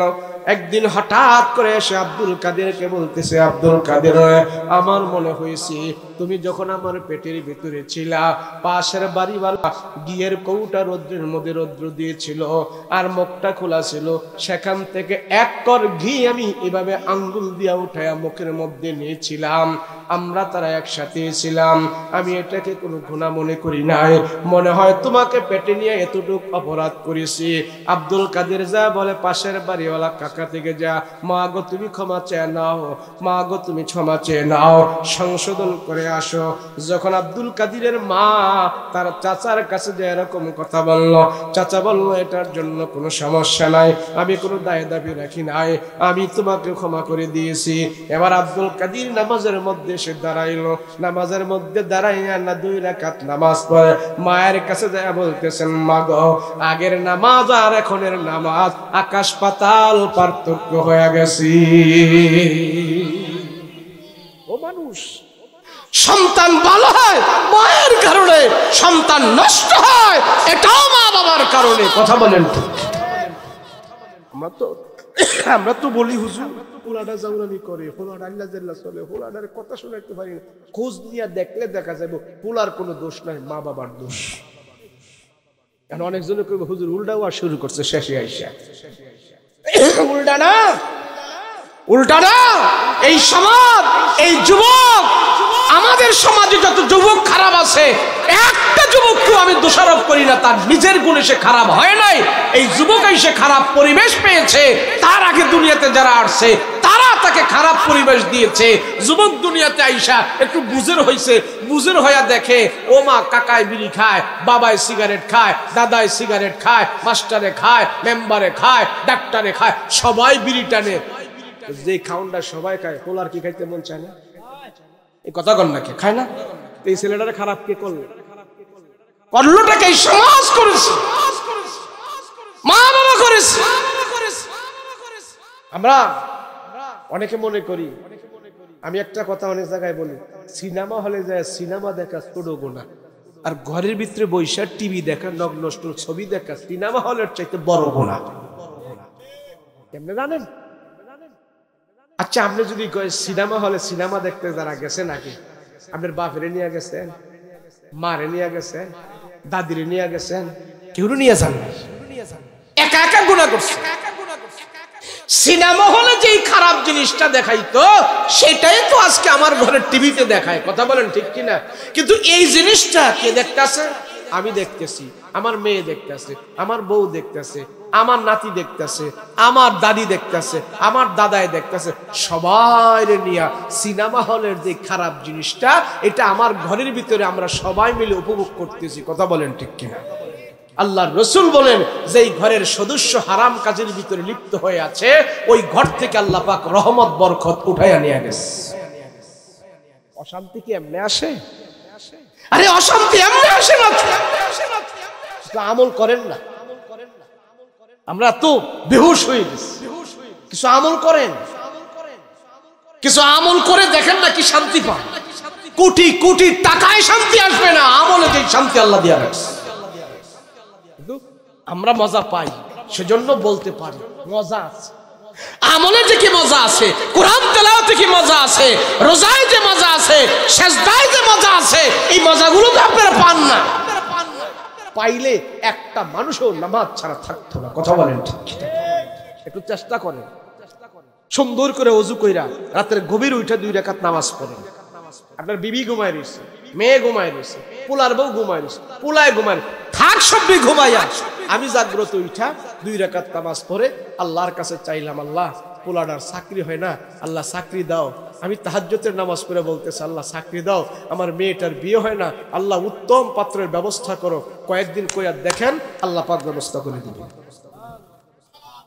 আপনি তো টেইশও করেন না, আপনি তো টেইশও করেন না, টেস্ট করেন না কিছু, টেস্ট আমলের কিছু টেস্ট করেন, দেখবেন ইনশাআল্লাহ একদিন না একদিন ফলাফল হয়ে যাবে। শেষ টেস্টের একটা কথা বলি। মদিনার বাজারে এক ব্যবসায়ী আছে, বিশাল বড় ব্যবসায়ী, লক্ষ লক্ষ টাকা কামাইছে, ডাইনে বামে এমনে হেমনে 2 নাম্বারি করে অনেক টাকা কামাইছে। কিন্তু বেদবে টাকা কামাইছে ঠিক, কিন্তু এক ওয়াক্ত নামাজ নাই, রোজা নাই, আল্লাহ বিল্লাহ কিচ্ছু নাই। এই দেরি হইতো না, একটু দোয়া করবো। অসুবিধা হইতেছে? অসুবিধা হইতেছে? আমি অন্যদিকে গেলাম না, আমি শুধু মূল কথাগুলো বলতেছি যেগুলো আমাদের দরকার। অনেক পয়সাওয়ালা, অনেক পয়সার মালিক, বড় ব্যবসায়ী, কিন্তু এমন হারামি, মসজিদে তো যায় না, কানে আজানটা যেন তার কানে না পৌঁছে এমনি কানে ধরে রাখে। বুঝেননি? এমনি কানে ধরে রাখে, আজান যেন তার কানে না যায়, মাওলানা মৌলবীর কথা যেন তার কানে না যায়। কিন্তু অনেক পয়সা যার বেশি, তার শরীরে একটা গরম হেডাম তো আলাদা আছে। কথা কোন ঠিক কিনা? হের যত হেডাম না, হের ঘরের যে ম্যাডাম আছে, ম্যাডামের আরো হেডাম বেশি। পয়সাওয়ালারা কিন্তু বউয়ের কাছে একবারে আত্মসমর্পণ করে রাখে, কেন? ওনার ম্যাডামের হেডাম বেশি, সারের থেকে বেশি হেডাম না। তো যে একটা অবৈধ পয়সা, 2 নম্বরই পয়সা, এটার একটা অ্যাকশন আছে না? না, আল্লাহ কয় তুই তো মসজিদে যাস না, নামাজ বিলা পড়স না, আমারও ডাহস না, তো একটা অশান্তি তোরে দিয়া দিই। কি? এর বউডারে বানায় রাখছে বেতাল্লা। জামাই আর বউর ভিতরে প্রত্যেকদিন ঝগড়া। জামাই কয় বসো, বউ উল্টা জায়গা। জামাই কয় ফেন্ডা ছাড়ো, বউ লাইটটা জ্বালাই দেয়।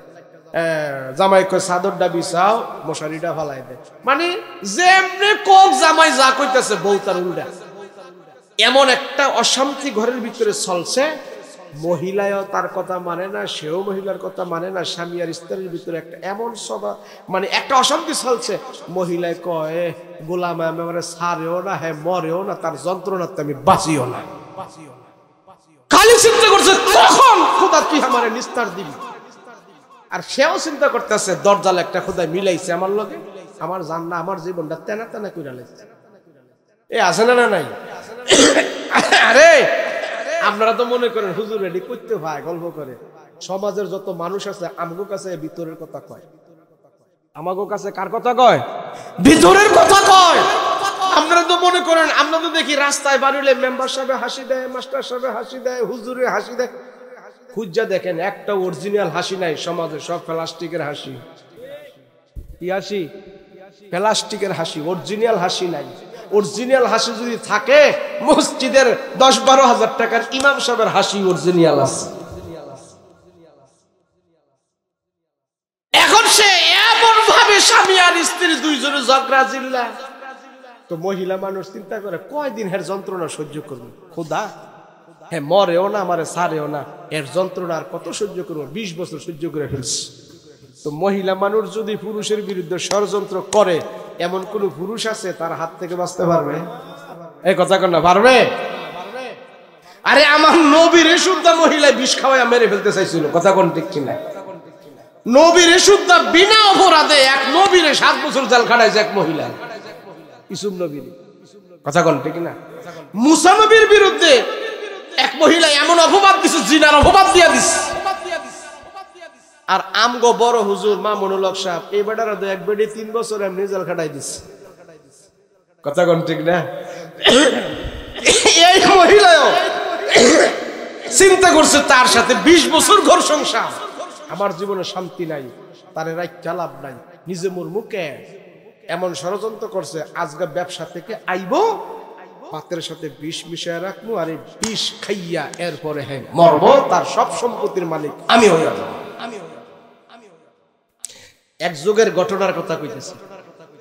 এমন এক ঘটনা ঘটছে এক যুগে, সে ব্যবসা থেকে আসবে, খাইবে, বিষ খাইয়া মারবে, সবাই নিয়ে মাটি দিয়ে আসবে, আমি সব সম্পত্তির মালিক হয়ে যাবো, তখন আমার আর কোনো ঝামেলা নাই। এটা কার ষড়যন্ত্র? বউয়ের ষড়যন্ত্র। বেডি যেই সিদ্ধান্ত সেই কাজ, ভাতের সাথে বিষ টিষ মিশিয়ে রাখছে। আর বাজার থেকে বিকাল বেলা আসতেছে, তেমন মসজিদের সামনে দা আইয়ে আর যায়, কি দেয়া মসজিদের সামনে দা আর যায়। আর মসজিদের সামনে যখন আইছে, দুই কানের মধ্যে আঙ্গুল দিয়া রাখছে, ইমাম গো কথা, মৌলবী গো কথা যেন আর কানে না যায়। আল্লাহর কি হুকুম, মসজিদের সামনে যাওয়ার পরে ফায়ার মধ্যে একটা কাটা বিনছে। কি বিনছে? এখন ফায়ার কাটা কি কানে আঙ্গুল রেখে খুলতে পারবো নাকি আগে আঙ্গুল খুলতে হইব? এখন আঙ্গুল খুইলা ফায়ার কাটা আনবে, খুলতেছে। এমন মুহূর্তে মসজিদের ভিতরে ইমাম সাহেব মুসল্লিরা বসে বসা রসুলের হাদিস কইতেছে। নবীজি বলছেন, যে ঘরের ভিতরে নারী আর স্ত্রী, স্বামী আর স্ত্রীর ভিতরে মিল নাই, মহব্বত নাই, ঝগড়া ফাসাদ, অশান্তি, সেই ঘরের ভিতরে যদি নারী আর পুরুষেরা স্বামী আর স্ত্রীকে মুখের মধ্যে লোকমা উঠায় দেয়, খাবার খাওয়ায় দেয়, স্বামী যদি স্ত্রীকে খাবার খাওয়ায় দেয়, স্ত্রী যদি স্বামীকে মাঝে মাঝে লোকমা উঠায় মুখে দিয়া দেয়, এতটুক একটা আমল যদি করে, রাসূল বলেছেন সেই ঘরের ভিতরে অশান্তি থাকবে না, স্বামী আর স্ত্রীর ভিতরে আল্লাহ মহব্বত লাগা দিবি। হাই যে কানা খুলতেছে, ই ওয়াজের কানে গেছে, কিরে মৌলবী কইল কি, যেই ঘরে স্বামী আর স্ত্রী মাঝে মাঝে একজন অপরজনকে খাওয়াই দিব, নবী কইছে ওই ঘরের ভিতরে শান্তি হয়। এটা তো আমার দরকার। কার দরকার? এই কথা কন না, কিন্তু তো আমার দরকার, আমার বড় মিল নাই, আমি যদি খাওয়াই দিতে পারি তাহলে তো আমার বড় এই শান্তি আসবে, এটা তো আমার দরকার। আজকা যায়া নবীজির কথা টেস্ট করবো, বউরে যা খাওয়াই দেবো, দেখবো আমার লগে কি মিল মহব্বত হয়। আর হেদিক দা বউ কি করছে,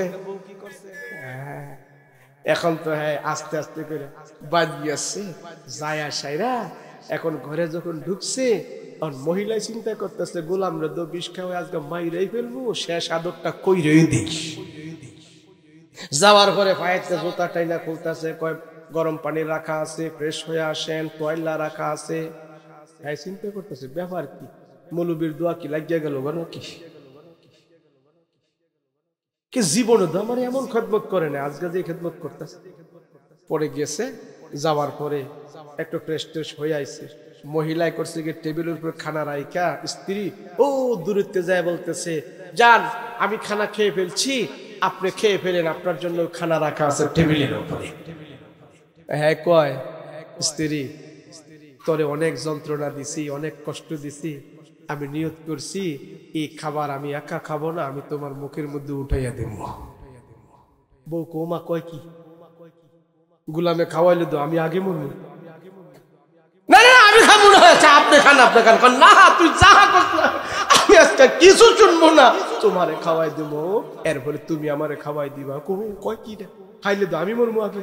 আরে হ্যাঁ কেউ দেখলেন নাকি, আরে কন্দা দেখো, কোনদিন এই ষড়যন্ত্র করি নাই, আজকে করলাম, আর আজকে কই আমার খাওয়াই দেবো, খাওয়াইলে তো আমি হের আগে মরবো। কথা কোন ঠিক কিনা? মহিলা তো খালি ভয় পাইতেছে, দেখলো কোন দিয়া, আসলে দেখছে, টেস্ট করতে হয়েছে, টেস্ট করতে, রবিজির একটা আমল, হ্যাঁ টেস্ট করতে হয়েছে। কথা কোন ঠিক কিনা? স্ত্রী ডাক দিয়া বলে, স্বামী আমার জীবনে কোনদিন আমি আপনাকে, আপনার মুখে আমি কোনদিন খাবার উঠাই দেই নাই, আপনিও আমাকে দেন না, এমন কথা আজকে কেন বলতেছেন? কারণ কি? এত মহব্বত আমার প্রতি আজকে দেখাইতেছেন, কারণ কি? জীবনে কোনদিন আপনি বলেন না আমার মুখে খানা উঠাই দিবেন, আজকে কেন হঠাৎ বলতেছেন? কয় না না, কোনো কথা শুনতে চাই না, তোমার মুখে আমি খাবার উঠাই দিব। আর মহিলা ভয় পাওয়া গেছে, হাই রে, খাবার যদি আমার মুখে দেয় তার আগে তো আমি মারা যাব, না আমি খাবো না। এবার স্ত্রী বলে, সত্যি করে বলেন কেন আপনি আমার মুখে খাবার উঠাই দিতে চান, কারণটা কি আমি জানতে চাই। স্বামী ডাক দেয়া কয়, বিবি জীবনে নামাজ রোজা করি না, আল্লাহ বিলা করি না, নবীজির কথা শুনি নাই, আজকে মসজিদ থেকে শুনে আসছি যে ঘরের ভিতরে স্বামী আর স্ত্রী নাকি মিল মহব্বত নাই, যে ঘরের ভিতরে স্বামী আর স্ত্রী অশান্তি, সেই ঘরের স্বামী আর স্ত্রী যদি একে অপরকে খাবার খাওয়ায় দেয়, মাঝে মাঝে যারা স্বামী আর স্ত্রী একজনকে আরেকজনে খাবার খাওয়ায় দেয়, ওই ঘরের ভিতরে নাকি আল্লাহ পাক রহমত দান করে, স্বামী আর স্ত্রীর ভিতরে নাকি বরকত দান করে। আমি এই কথাটা টেস্ট করার জন্য আজকে তোমার মুখে আমি খাবার উঠাই দিতে চাই। নবীজির কথার ভিতরে কতটুক মূল্য আছে, কতটুক দাম আছে, কতটুক ফলাফল আছে, আমি সেই কথাটা বুঝার জন্য আর জানার জন্য তোমার মুখের মধ্যে খাবার উঠাই দিতে চাই। যদি আপনার এটাই উদ্দেশ্য হয়, আমার মনের কথাটা আমি খুলে বলি, ও স্বামী গো, আপনার অত্যাচার নির্যাতন থেকে বাঁচার জন্য, আপনাকে আমি দুনিয়া থেকে শেষ করে দেওয়ার জন্য গভীর একটা ষড়যন্ত্র করেছিলাম। বলে কি ষড়যন্ত্র? বলে ভাতের সাথে বিষ মিশিয়ে রাখছিলাম, আপনি খাইবেন আর মারা যাবেন। কিন্তু আজকে আইসা যখন বলতেছেন আমার মুখে খাবার উঠাই দিবেন, নবীজির একটা সুন্নত পালন করে আপনি টেস্ট করবেন, কি বরকত আর রহমত আছে। এক নম্বরের রহমত বরকত এখনই পাওয়া গেল, নবীজির কথা মানার দ্বারা আমিও প্রাণে বেঁচে গেলাম, আপনিও প্রাণে বেঁচে গেলেন। না হয় যদি আজকে খাবার খাইতেন, আজকেই তো আপনি দুনিয়া থেকে শেষ হয়ে যাইতেন। এখানেই তো ফলাফল আমরা পেয়ে গেছি। রসুলের একদিন সুন্নত মানার কারণে আপনি প্রাণে বেঁচে গেলেন, আমিও প্রাণে বেঁচে গেলাম। আমার মন বলতেছে আল্লাহর রসুলের সুন্নত দিয়া যদি আমাদের সংসারটা সাজাই, নবীজির আদেশ মতো যদি আমাদের জীবনটাকে আমরা সাজাই, আমরা যদি নবীজির কথা মতো দুনিয়াতে চলাফেরা করি, শুধু প্রাণে বাঁচবো না, মৃত্যুর পরে আমরা জাহান্নামের আগুন থেকেও বাঁচতে পারবো। অশান্তি আর অশান্তি, অশান্তি আর অশান্তি, এই অশান্তি যদি দূর করতে চাও, আমার রাসূলুল্লাহর আদর্শ আখলাক ছাড়া বিকল্প কোনো ব্যবস্থা নাই। কথা বলেন ঠিক কিনা? ফজরের নামাজ না বুঝে ঘুমায় থাকবেন? ডায়াবেটিস যখন নাকি 16-17 হইব, তখন মুখ ধোয়া ছাড়াই 3 মাইল হাঁটতে হইব। কথা কোন ঠিক কিনা? আল্লাহ কয় বেনামাজি ঘুমায় থাকবি, সকালে উঠটা ঘুর। ঢাকা শিশু পার্ক এটা নাকি চতুর্দিক দিয়ে কয় মাইল, 8-9 মাইল মেলে পুরাটা, এটা নাকি 3-4 গুরুন্ডি দিতে হয় ডায়াবেটিসের রোগী যারা করা তারা। শুয়ে থাকবা, আল্লাহ নেয়ামত খায়া অসুখ বানাইয়া দিব, ঘরের ভিতরে একটা ছোট্টখাটো ফার্মেসি হয়ে যাবে। কথা কোন ঠিক না? আল্লাহ আমাদের সবাইরে কবুল করেন, বলেন আমিন, বলেন আমিন। আমল করবো তো ইনশাআল্লাহ, বলেন আমল করবো তো ইনশাআল্লাহ। ভাই আমি যত বড় বক্তা হই, যত বড় হুজুর হই, আমল ছাড়া আমারও কোনো দাম নাই। কথা বলেন ঠিক কিনা? যত বড় যা হবে, তোমার আমল ঠিক আছে কিনা আল্লাহ বলবে, তোর আমল আছে কিনা, তুই আমাকে মানসুস কিনা, তুই আমার ফরজিয়াত আদায় করছিস কিনা, এটা হইলো তোর 1 নাম্বার প্রশ্ন। আমার কাছে জবাব দে, যদি জবাব দিতে পারি আল্লাহ বলবেন আমি খুশি, আমি ফেরেশতাদেরকে সাক্ষী রেখে তোর নামাজ রোজা হজ যাকাত সব আমি জমা করে রাখছি, আমি আল্লাহ হাশরের ময়দানে সবার সামনে তারা মাফ করে দেব। বলেন সুবহানাল্লাহ। আমল করব তো ইনশাআল্লাহ। গরমের দিন না শীতের দিন?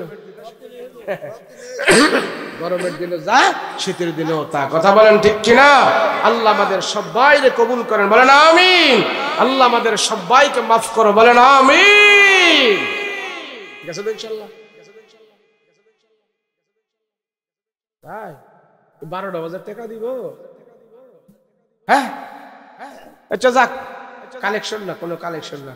কেউ বাকি আছে এমনি দেওয়ার, ভুলে টুলে যে বাকি রয়েছে, কেউ যে আমি ভুলে দিতে পারি নাই, এমন আছে কেউ? মাশাআল্লাহ, আলহামদুলিল্লাহ। এই মসজিদ কত সুন্দর। এটা কি? এটা জমিন। মাশাআল্লাহ মাশাআল্লাহ। মসজিদ, ঈদগাহ কি সুন্দর ঘেট করছেন। হ্যাঁ, এগুলি হলো আপনাদের জাতীয় সম্পদ। কি এগুলা? বলেন এগুলা কি? জাতীয় সম্পদ। আমি কবরে থাকবো আর এখান থেকে সওয়াব আমার কবরে যাবে। কথা বলেন ঠিক কিনা? আর কি আছে? আমার ঘর রক্তমাখা ঘাম পরিশ্রমের টাকা দিয়ে, অনেক শ্রম দিয়া আমি একটা বিল্ডিং করে গেলাম। কয়তলা? 2 তলা 3 তলা বিল্ডিং করে গেছি। আমার ছেলে মেয়ে নাতি পুতিদের মধ্যে থাকবে না? কিন্তু এই ঘর থেকে একদিনও কোরআনের আয়াতের তেলাওয়াতের বের হবে না। আল্লাহ যদি দেয় আমার হোলা মায়া নামাজও পড়তো না, আমার জন্য বছর একবার দোয়াও করতো না, কথা এখন ঠিক কিনা? কিন্তু মসজিদের সাথে যদি আমার সম্পর্ক থাকে, 10,000 টাকা দিয়ে যদি মসজিদের ইট গেটটা দেওয়া যায়, এটা যদি করে যায়, ঈদগাহটা করে যায়, আমার টাকা তো ধর হবে না, আমি সম্পৃক্ত ছিলাম আল্লাহর খুশি করার জন্য। এই সম্পৃক্ত থাকাটাই আমার কবরের মধ্যে আল্লাহ পাক নেকি বানায় বানায় পাঠাইতে থাকবে, কথা বলেন ঠিক কিনা? এর জন্য এগুলি হলো কি জাতীয় সম্পদ। কেউ আসেন যে ভুলে হুজুর আমার দিতে মন নাই, আমি দেই নাই, 5,000 টাকা দিব, 2,000 টাকা দিব, আছে কেন বাকি আমি মুসাফির মানুষ দোয়া করবো, বলেন। মাশাআল্লাহ মাশাআল্লাহ, এক প্রবাসী ভাই যুবক মানুষ 15,000 টাকা এই মসজিদের জন্য দিয়েছেন, আল্লাহ কবুল করেন, বলেন আমিন। আর কেউ আছে কেমন? মাশাআল্লাহ মাশাআল্লাহ, দিবেন যখন যা লাগে দিবেন। আরে প্রত্যেকটা মসজিদ হলো খানায় কাবার অংশ, বাইতুল্লাহ, প্রত্যেকটা মসজিদ। রাসূল বলে যারে তুমি দেখতেছো মসজিদে আসা যাওয়া করতেছে, সাক্ষী দাও তার ঈমান আছে। কি বলছে রাসূল? ঈমান আছে, সাক্ষী দাও। যারে দেখতেছো মসজিদের সাথে আসতেছে যাইতেছে, মানে মসজিদে সাজদা দিতেছে, তুমি সাক্ষী দাও ঈমান আছে। যারে দেখতেছো ফজরের নামাজ পড়ে বের হইতেছে, সাক্ষী দাও ইসলামের পতাকা নিয়ে সে মসজিদ থেকে বের হইতেছে। মসজিদের সাথে সম্পর্ক থাকবে। নবীজি সাহাবী সবাই মসজিদের সাথে সম্পর্ক করছেন। কিসের সাথে? মসজিদের সাথে।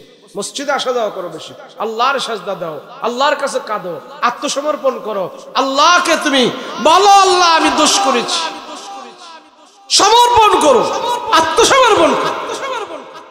করবো তো ইনশাআল্লাহ আমরা।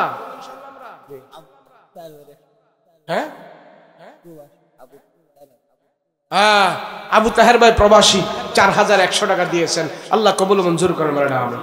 আল্লাহ জানে বলে বরকত দেন, বলেন আমিন। হায়াত ইবাদান করেন, বলেন আমিন। আছে কি একতারতালি করেন? না থাকলে দোয়া করে বলেন, আছে কেউ? এই ফোন টোন দিয়ে দেখেন তো আসেনি, শেষ 2 মিনিট আছে। মাশাআল্লাহ মাশাআল্লাহ, দিছেন তো আপনারা, আরো দিবেন, দিছেন আরো দিবেন। কি বলেন? আরো দিবেন, যখন যা লাগে দিবেন। আপনার 5 টাকা আছে, 1 টাকা দেন। আপনার 500 টাকা আছে, আপনার 500 টাকা আছে, আপনি 100 টাকা দেন। আপনার 5,000 আছে, আপনি 1,000 দেন। 50,000 আছে, আপনি 2,000 দেন। সব দরকার সম্পৃক্ত থাকবেন। কি থাকবেন? সম্পৃক্ত থাকবেন। আল্লাহ আমাদের সবাইকে মসজিদের সাথে যেন সম্পর্ক করে দেয়, ঈমান ও আমলের সাথে যেন আমরা জিন্দেগি যাপন করতে পারি। আল্লাহ তুমি আমাদেরকে তৌফিক দান করো, বলেন আমিন। আল্লাহ তুমি আমাদেরকে গোমরাহ বানাইও না, আল্লাহ তুমি আমাদের দিলকে মৃত্যু বানাইও না, আল্লাহ তুমি আমাদের দিলকে ঈমানি তাজা বানায় দিও, ঈমানদার আমাদের দিলকে তুমি ভরপুর করে দিও, বলেন আল্লাহুম্মা আমিন। সবাই আস্তাগফিরুল্লাহাল্লাযী লা ইলাহা ইল্লা হুয়াল হাইয়ুল কাইয়্যুম ওয়া আতুবু ইলাইহি লা হাওলা ওয়ালা কুওয়াতা ইল্লা বিল্লাহিল আলিয়্যিল আযীম।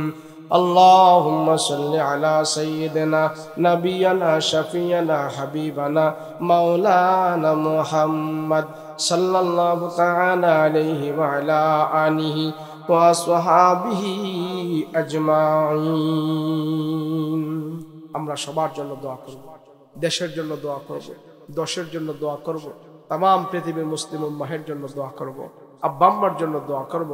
আল্লাহ পাক যেন আমাদেরকে দোয়ার মাধ্যমে যেন আমাদের অনেক কিছু আল্লাহ পাক যেন আল্লাহর গায়বী খাজানা থেকে যেন আল্লাহ আমাদেরকে দিয়ে দেয়। সকলে বলুন আল্লাহুম্মা আমিন, আল্লাহুম্মা আমিন। রব্বানা যালামনা আনফুসানা ওয়া ইল্লাম তাগফির লানা ওয়া তারহামনা লানাকুনান্না মিনাল খাসিরিন। রব্বিরহামহুমা কামা রব্বায়ানি সগীরা।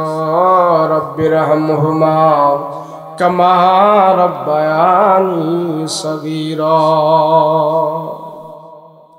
রব্বুল আলামিন তাকায় দেখো তোমার আশিকিন জাকিরিন মুহিব্বিন বান্দারা, পাকনা দাড়িওয়ালা মুরব্বী বাবারা 2টা হাত উঠায়া তোমার আদালতে তাকিয়ে আছে গো আল্লাহ। আয় আল্লাহ, রাত্র অনেক গভীর হয়ে গেছে,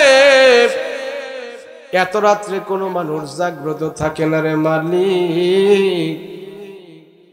এত রাত্রে সব মানুষ ঘুমায় গেছে, কিন্তু আমরা মাহফিলের লোকগুলো ঘুমাই নাই। দুইটা হাত এতিম কাঙ্গাল মিসকিনের মতন তোমার দরবারে উঠায়া রাখছি গো মালিক। তুমি আমাদেরকে ফিরাই দিলে আমরা কার কাছে যাব?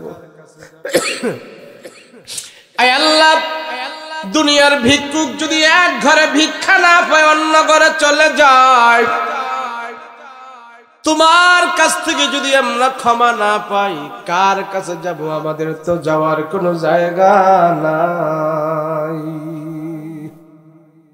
আল্লাহ, বয়োজ্যেষ্ঠ বৃদ্ধ বাবারা আছে গো আল্লাহ, বয়স বৃদ্ধি হওয়ার কারণে তাদের চুলদারি পাইকা গেছে, গায়ের চামড়া ঢিলা হয়ে গেছে, চোখের পাওয়ার নষ্ট হয়ে গেছে, সোজা হয়ে দাঁড়াইতে পারে না, লাঠি ভর করে করে তারা মাহফিলে আসে, মসজিদে যায়। এমন বৃদ্ধ বাবা আজিদেরকে আল্লাহ তুমি মাফ করে দাও, সাথে সাথে নওজোয়ান যুবকদেরকে মাফ করে দাও। আয় আল্লাহ, গুনার দিকে তাকাইলে লজ্জা হয়। এত বড় গুনাহ করেছি, পাপ করেছি, তোমার দরবারে হাত উঠাইতে লজ্জা হয়, তারপরেও তোমার দরবারে হাত উঠাইতে হয়। তুমি ছাড়া আমাদের কেউ নাই, কেউ নাই। আয় আল্লাহ, মা বাবার গুনার খবর সন্তানেরা জানে না, সন্তানদের গুনার খবর মা বাবা জানে না, বক্তার গুনার খবর শ্রোতারা জানে না, শ্রোতাদের গুনার খবর বক্তা জানে না, ইমাম সাহেবের গুনার খবর মুক্তাদি জানে না, মুক্তাদির গুনার খবর ইমাম সাহেব জানে না, মেম্বার চেয়ারম্যানের গুনার খবর জনগণ জানে না, জনগণের গুনার খবর মেম্বার চেয়ারম্যান জানে না। রে খুদা, দুনিয়ার কেউ জানুক আর না জানুক, তুমি জানো। এত জানার পরও তোমার পাপী বান্দারে তুমি কত সুযোগ দিয়া রাখছো রে আল্লাহ। ওগো মালিক,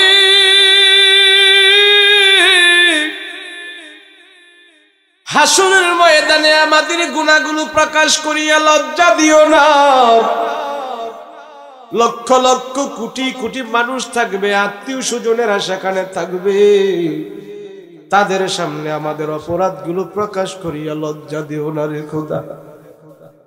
কেমনে মুখ দেখাবো, অপরাধী বানায় না। হাসরের ময়দানে তুমি আমাদেরকে মাফ করে দিও, জাহান্নাম থেকে আমাদের নামটা কাইটা দিও। আয় আল্লাহ, তুমি জাহান্নামী বলিয়া আমাদেরকে ডাক দিও না। আয় আল্লাহ, এমন সন্তান এখানে হাত উঠাইছে, তার মা নাই, তার বাবা নাই, আদরের মা হারায়া, বাবা হারায়া, সন্তানেরা দুইটা হাত তোমার আদালতে উঠায়া দিছে রে মালিক। মা বাবাকে হারায়া সন্তানেরা দুইটা হাত উঠাইয়া, আয় আল্লাহ, যে হাতগুলো আজকের মাহফিলে উঠাইলাম, এ হাত দিয়া বাবার লাশ কবরের ভিতরে রাখলাম, এ হাত দিয়া বাবারে মাটি দিছি, এ হাত দিয়া বাবারে গোসল করাইয়া দিছি। আয় আল্লাহ, মা বাবা নিজে না খায় আমাদেরকে খাওয়াইছে, নিজেরা না পড়ে আমাদেরকে পড়াইছে, নিজেরা কষ্ট করেছে, সন্তানদেরকে কষ্ট দেয় নাই। ওই মা বাবা যদি কবরে কষ্ট পায়, আমরা সন্তানেরা কেমনে সহ্য করবো রে খোদা? সহ্য করতে পারবো না। আয় আল্লাহ, ছোটকালে মা বাবা আমাদেরকে কাঁধে করে করে নিয়ে কত আনন্দ করছে, কত ঘোরাঘুরি করছে রে আল্লাহ। বাবা আমাদেরকে কাঁধে উঠায় রাখতো, মাথায় উঠায় রাখতো। ওই বাবার মৃত্যুর পরে আমরা কাঁধে করে করে নিয়ে বাবার কবরের ভিতরে রেখে দিয়ে আসছি। আল্লাহ, ঈদের দিন আসলে বাবা আমাদেরকে নতুন জামা পরায় ঈদের আনন্দ করাইতো। মৃত্যুর পরে সেই বাবারে আমরা কাপড়ের জামা পরায়া কবরে নামাই দিয়ে আসছি। ওরে বাড়ি, মা বাবার কবরে আযাব দিও না, আযাব দিও না। মা বাবার কবরে তুমি কষ্ট দিও না রে আল্লাহ। মা বাবার কবরে জান্নাতের বাতি জ্বালায়া দাও। মা বাবার কবরে তুমি জান্নাতের বিছানা বিছায়া দাও। আল্লাহ, পিতা মাতার কবরে আযাব দিও না। দাদা দাদির কবরে আযাব দিও না। নানা নানির কবরে আযাব দিও না। মরিয়া গিয়াছে যাদের মা ও বাপ, আল্লাহ তুমি করে দিও তাদের গুনাহ খাতা মাফ। আয় আল্লাহ, জানি না কার জীবনের শেষ মাহফিল হয়ে যায় আজকের এই মাহফিল। আল্লাহ, তুমি মাহফিলটা কবুল করে নাও। জীবনে বহুত মুনাজাত করেছি আল্লাহ, আজকের মুনাজাত তুমি খালি ফেরত দিও না গো মাওলা। আজকের মাহফিল তুমি কবুল করে নাও। তোমার অনেক বান্দারা মসজিদে দান করেছে আল্লাহ, রক্তমাখা ঘাম পরিশ্রমের টাকা তারা করেছে দান। দুনিয়া আখিরাতে বাড়াই দিও তাদের সম্মান। আয় আল্লাহ, আল্লাহ আমাদের সাথে আমাদের মা বোনেরা হাত উঠাইছে আল্লাহ, তাদেরকে কবুল করে নাও। মনের নেক মাকসাদ পুরা মনের নেক মাকসাদ পুরা করে দাও। আয় আল্লাহ, আয় আল্লাহ, আমাদের মা বোনদেরকে তুমি আবেদা জাহেদা বানিয়ে দাও। আম্মা জান ফাতিমার মতন আখলাক দান করে দাও। মা আয়েশার মতন তাদেরকে নম্র ভদ্র বানিয়ে দাও। মা খাদিজার মতন তাদেরকে ধৈর্য ধারণ করার তৌফিক দান করে দাও। রব্বুল আলামিন, আল্লাহ, দুনিয়ার জমিন ছেড়ে আমরা একদিন মরতে হবে। কেউ আমরা থাকতে পারবো না, থাকার জায়গা না। কেউ থাকতে পারবো না, শত চেষ্টা করো থাকার সুযোগ নাই, চলে যেতে হবে গো আল্লাহ। মরণ আমাদের হবে, মরণ আমাদের হবে, মরণ আমাদের হবে। এই মরণ তুমি আমাদেরকে ইমানি মরণ দিও। রমজান মাসে মরণ দিও, রোজা অবস্থায় মরণ দিও, কোরআন তেলাওয়াত অবস্থায় মরণ দিও, নামাজের সাজদা অবস্থায় মরণ দিও, রুকু অবস্থায় মরণ দিও। আল্লাহ, কালেমা পড়তে পড়তে মরণ দিও। বেঈমানি মরণ দিও না, মুনাফিকি মরণ দিও না, জাহান্নামী মরণ দিও না, অ্যাক্সিডেন্টের মরণ দিও না, গাড়ির চাক্কার নিচে ফালাইয়া মরণ দিও না। শহীদি মরণ আমাদেরকে দান করিও। আয় আল্লাহ, নবীর রওজা না দেখায়া মরণ দিও না, হজ্জ বাইতুল্লাহ না করায়া মরণ দিও না। তোমার খানায় কাবার গিলাফ ধরে ধরে যেন আমরা কান্না করতে পারি সেই ব্যবস্থা করে দিও। নবীর রওজার সামনে আমাদেরকে দাঁড় করাইয়া দিও। প্রাণ ভরে নবীরে আমরা সালাম জানাবো সেই ব্যবস্থা করে দিও আল্লাহ।